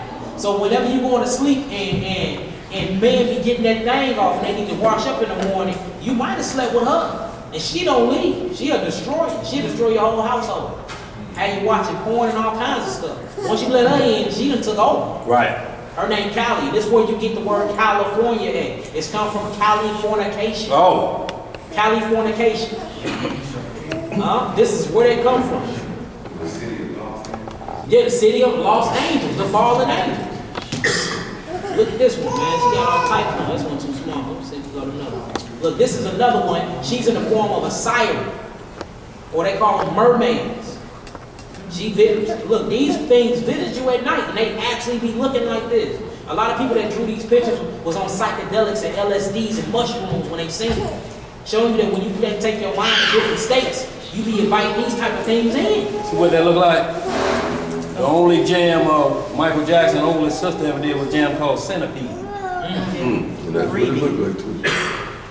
Her only jam. But you know what they be doing? Right. Centipede. And this demon name is Memphis. Memphis. And she's the demon of rage. She drives you to angry things after she has sex with you. And then this right here is Yoni. It's the demon Yoni. They actually call the vagina Yoni in a lot of different cultures. You got Yoni eggs, all of that. This is the demon Yoni. Hey, let me read something here. Go ahead, don't you read it now. Hey y'all, this right here is about the secret society called the Thuggies. That's where you get the term thug from. All right, it's on Wikipedia. It says thuggy. It's Hindu. It says refers to the acts of thugs, an organized gang of professional robbers and murderers. Thugs traveled in groups across the Indian subcontinent for 600 years. Although thugs trace their origin to 7 Muslim tribes, Hindus appear to have been associated with them in the early period. The earliest authenticated mention of thugs appears in Zaya-ud-Din Baradi's history of Firuz Shah, dated around 1356. Thuggee was a secret cult whose members, both Muslims and Hindus, worshipped Mother Kali, the goddess of destruction. You hear that? The goddess of destruction and death. They call her, the reason why they call her Kali, Kali means to be black, blackened. Right, trip off this. It says they operate as gangs of highway robbers, tricking and later strangling their victims. And today, everybody claim they a thug. Where you get thugs from. Right. That old thug, like, there's a spirit that come with it. They worship that goddess you pulled up called Kali, the mother, the goddess of destruction. And it's actually a death dance she do. Beyonce do her death dance all the time. So when y'all see Beyonce doing all the dance, she doing the dance of demons. Right. Demons dance. She do this dance. Whenever she get done and she ejaculate, she do a death dance, meaning she gained you. She got you. You like a warrior. You gonna be at home and going to sleep at 6:30 trying to get up. Right, now the part was he didn't know how to get rid of them. See, he didn't know how to go back to sleep to fight. This is how dirty the devil play. And I say fight it just like you went in there waiting for him. You was waiting. So he was physically lucid dreaming, sitting in the dream waiting for my baby to come. But when I asked, and then he asked, how do I get rid of it? The same way you invited him. Tell it's uninvited. You can say no when you sleep. You can say no when you sleep. Yeah. Now check this out, y'all. Here go another demon. Her name is Bati Bhat, a female nightmare demon that causes death during sleep, associated with trees. Then you got one called Implicit. It's a shapeshifter, a demonic female with one leg, that of a donkey, and the other of brass, pursues travelers and eat them. Like all these, and if you look them up, they all trace back to Hebrew words. All of them do. I went through all of them. It's crazy. And these demons all come from the Mesopotamia River. And then once you start getting that Testament of Solomon, and you see what them demons said, they said they like to chill by certain rivers. That's right. Like, it's all lining up. Like, these demons straight up real. So, like, just know before you think about lust, and before you think about coming into somebody, ask, like, what type of demons they got in them? Get to know them. Do the courting phase first. Before you start making these things, you thinking it, some wicked stuff hit your spirit. Know, like, it's a spirit of one of these giants. Which one is it? Get away from me, gargoyle. That's where the word the gargoyles come from. That's a demon. Right. Get away from me, gargoyle, son of Azel. And start calling them out. All right, we're going to read one more thing. We're going to get up out of here. But yeah, man, it's deep. I wish I could get most of this love. Yeah, I already got it. Yeah, chapter 2, y'all. Now, this is very important. Chapter 1, Reuben explained how he lusted for his father's concubine, Bilhah. So I want y'all to think about how powerful this lust demon is. he could have impregnated his little brother's mother. So what is his little brother gonna call his dad? Uncle Daddy? Uncle Daddy. I mean, yo, this is where that was at, that this lust overpowered him, that he did this to his father's woman, and now he can't touch her no more. So you have to understand, now this woman had to live as a widow. Yeah, it's crazy. But Jacob said he never touched her again, but he took care of Bilhah, because we see Bilhah still amongst the people coming out. So at that point, she never had intercourse again. Not with not with Jacob, because he couldn't go into her no more after what his son did. But it's his responsibility, so we understand widow don't only mean your husband is dead. It's dead also if you're not able to continue on with the marriage, abandonment of due benevolence, because he can't do it. And it's a young woman. This the baby brother's mom. So you got an issue here where now she has to live as a widow, maybe 20, 21 years old, for the rest of her life. Can't experience that sexual energy no more. Because he wouldn't divorce her like that. He just said, I knew these things out here. But Reuben himself tells us what the deal was when he breaks it down. He's going to hit a little bit of that in chapter 2 of the Testament of Reuben, y'all. Because there's you get 7 senses, and then there's 7 spirits that's going to be at your throat. Right. Every day for a man to control himself when he's around a woman. If every woman walk in the room and you just start rubbing between your legs, something is wrong. Go ahead, bro. Testament of Reuben, chapter 2. And now give heed to me, my children, concerning the things which I saw during my time of penance, concerning the 7 spirits of deceit. For 7 spirits are established against mankind. Y'all see that? Y'all remember that I showed y'all where it was the body, and there was the spirit, and it was the soul. And notice what connected all of them. The 7 senses. The 7 senses connected all of them. Oh yeah, bro. And they were the source of the deeds of youth. And 7 other spirits are given to man at creation, so that by them every human deed is done. First is the spirit of life, with which man is created as a composite being. The second is the spirit of sin, with which comes desire. The third is the spirit of hearing, with which comes instruction. The fourth is the spirit of smell, with which is given taste for drawing air and breath. The fifth is the spirit of speech, with which comes knowledge. The sixth is the spirit of taste, for consuming food and drink. By it comes strength, because the food is the substance of strength. The 7th is the spirit of procreation and intercourse. What? And intercourse. Intercourse. If you look up the etymology word for that, it's eternal course, the eternal pathway. What is the eternal path to life? It's through sex. Great, come on. With which comes sin through fondness and for pleasure. For this reason, it was the last in the creation and the first in youth, because it filled with ignorance. It leads the young person like a blind man into a ditch, and like an animal over a cliff. It's deep. It's deep. Moving 3. Yeah, go ahead, we don't. In addition to all in the 8th spirit, sleep, with which is created the ecstasy of nature and the image of death. With these are commingling the spirits of error. First, the spirit of promiscuity. See, so this comes in sleep. Promiscuity. What is that? That's promiscuous. But it say it waits till you go to sleep. Go ahead, bro. First, the spirit of promiscuity resides in the nature and the senses. The second spirit of insatiability in the stomach. In the what? In the stomach. In the third spirit of strife in the liver and the gall.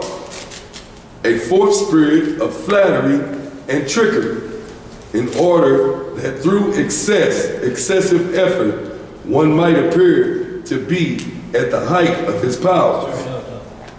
The fifth spirit of arrogance, that one might be boastful and haughty. The sixth spirit of lying, which through destructiveness and rivalry handles his affairs smoothly and secretively, even with his relatives and his household. A seventh spirit of injustice, with which are thieves and crooked dealings, thefts and crooked dealings, in order that one might gain his heart's desire. For justice worked together with the other spirits through acceptance of bribes. With all these, the spirit of sleep forms an alliance, which results in error and fantasy. And thus every man is destroyed, darkening his mind from the truth, neither gaining understanding in the law of Yahweh, nor heeding the advice of his fathers. Just this was my plight in my youth, and now, my children, love truth, and she will preserve you. Give heed to the words of Reuben, your father. Hey, Valerie, so you know you was talking about how we supposed to be teaching the young. Yeah. This is exactly what Reuben doing. He teaching young his son. because he messed up. That's right. The same exact thing. You know what I'm saying? And y'all see where that lust leads you all? Or just thinking with your senses and not with your spirit? All demons come from that. It's demons behind all them senses. That's crazy. Yeah, right. They be out of your mind, and your mental. That's You right. ain't physically rubbing nothing, and your mental, you already played the scene out in your head. That's right. Feel me? Crazy. You engage in the walk. Feel me? And I always come with a smell. The smell hit and pick up on them senses like, dang, who's smelling like that? And somebody can walk in here right now with some heavy perfume, and every rub be like, knows it's right. like that smell just had you like, whoa. Then you look good, eyes. Y'all think it's any coincidence they had them shampoo when they taking a shower when they hollered like, Yeah, like going in there. Like oh! The first thing they like, give me what she got. The husband be on the other side of the door like, oh, what's she in that door? What's going on in there? You gotta get rid of that shampoo. Those when they do the bed chambers, when they show the mattress, they be ooh, ah. Yeah. Like they be putting this all out there for you. All out there for you. They want you to allow these sexual demons in to ruin your household and your soul. Because you're hearing what he's saying, the sense of smell. So Satan attacked that. I'm gonna make it pleasant to you. See, when you put that perfume on her shoulder, that's all you be remembering all day. That commercial being your right. Oh, and look, for us men out here in this, we don't. None of this is derogatory toward women, but men is so crazy that when they think they close, they actually tell their boy, "Smell my finger." That's some younger days. I never did that. You sure have, boy. It's taking. You been there.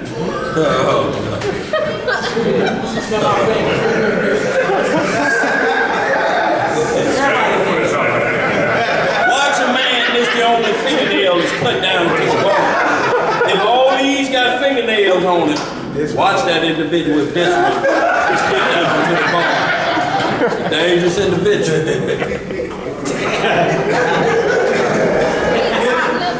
It's a scam. In scripture, there, as Proverbs, it states about the women, as the virtuous woman in the Chapter 7, yeah. What's it? Okay, the woman that puts a sweet smell in her. She got a simple man, yeah. It to draw men in because they smell it in the air or something like that. Right? Well, it's just perfume. It's like Valentine's Day. Her dress too. You get the perfume, you get the roses, you get that bed scented up.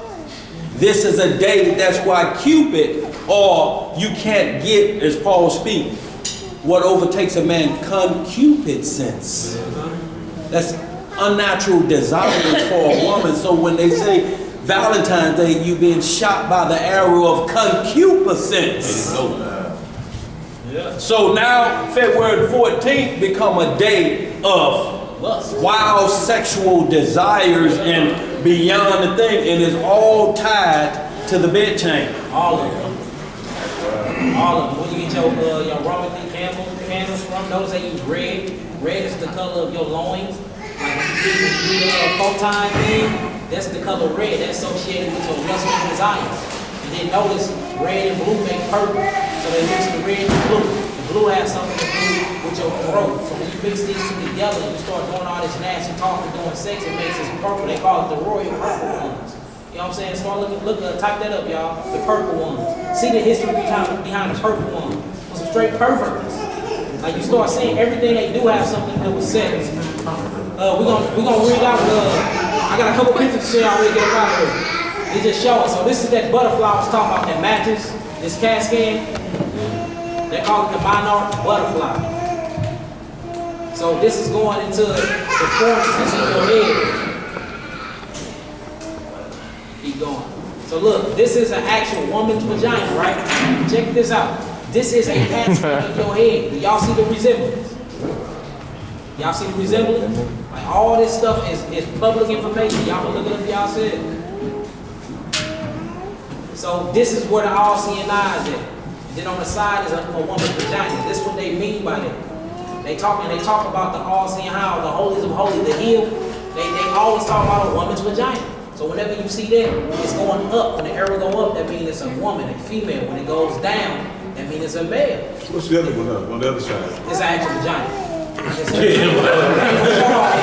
see the ham, I can't see the other. Yeah, I ain't want to show all that. That's a big money. There's a lot of women out there. You know You know exactly. Now check this out. So this is the woman's vagina again, right? Now your throat is made like that too. So that's why when she said that she ate of the fruits of lies, and she basically keeps with her other lips, you have lips on your mouth, you have lips down there. This showing a mouth upside down. This is a woman's vagina. They is the exact same replica. And under your tongue, you have something that shoot forth saliva. Like, look this stuff up. And just look up the female parts of the body that matches the female parts, that sexual organs. And do the same thing with men. You will see they work the same way and they operate off the same system. So meaning, if you get turned on down there, you will turn on here and you're turned on here. Same thing. And then this just show you how it all starts off. And then this is getting into Little Red Riding Hood. Little Red Riding Hood is actually supposed to be a vagina, and a wolf was supposed to be eating a vagina. That's why if you see Mother Mary, look at Mother Mary. What does she shake like, y'all? Mother Mary's in the middle at the top. That's Mother Mary. This is actually in the church on a plaque somewhere. What do that look like? What does that resemble? A woman's. Yes. Say it! So this going into the male's productive part. These two things that's hanging in the middle, y'all, these are the pituitary glands. This is the pituitary gland. What do they look like? What do the pituitary gland look like? Say it! It mimics the testicles of a man. Keep hanging out. Come on now. Be so graphic. Check this out. This for you yoga. People that love yoga. Check this out. This is the female reproductive system. This is the male. Look at how you sit in yoga. The same exact way. It's the same exact thing. So yoga is a part of that. Now, it's things that they did in meditation that's different than our forefathers did. But when you start sitting in this position, you actually reposition yourself to the sexual organs and you're giving your way to the sexual energy. Look this stuff up. All this stuff has to do with demonic sex. All of them. They might tell you some different definitions, but it's not. So you see all these people that's a part of these secret societies and all of that, they always talk about it's about something else. It goes back to sex, because sex is the gateway to opening the doors to demons. And that's what they're doing. They're trying to summon dark spirits to keep control of our mind. And they do it through sex. That's why in the youth they push the sex agenda. That's why in adulthood they push the sex agenda. Everything has became about sex. Why is that? And that's that same fruit, forbidden fruit that was eaten in the garden. Ain't nothing changed. It's been the same agenda and ain't gonna stop till Christ gets here. These just some pictures. There's many more, but we ain't even got to get That's to why all. why they the majority of our music is sexually oriented.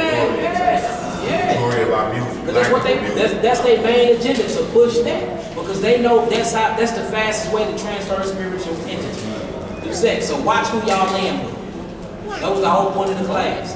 Merging souls and sexual intercourse, soul ties and STD, sexually transmitted demons. Watch who you land with. You don't know what you swapping out. Everybody got some understanding? Yeah. All right, well, let's pray out. Yes! Choose wisely, people. You want me to cut it? Choose wisely. Yeah, cut it.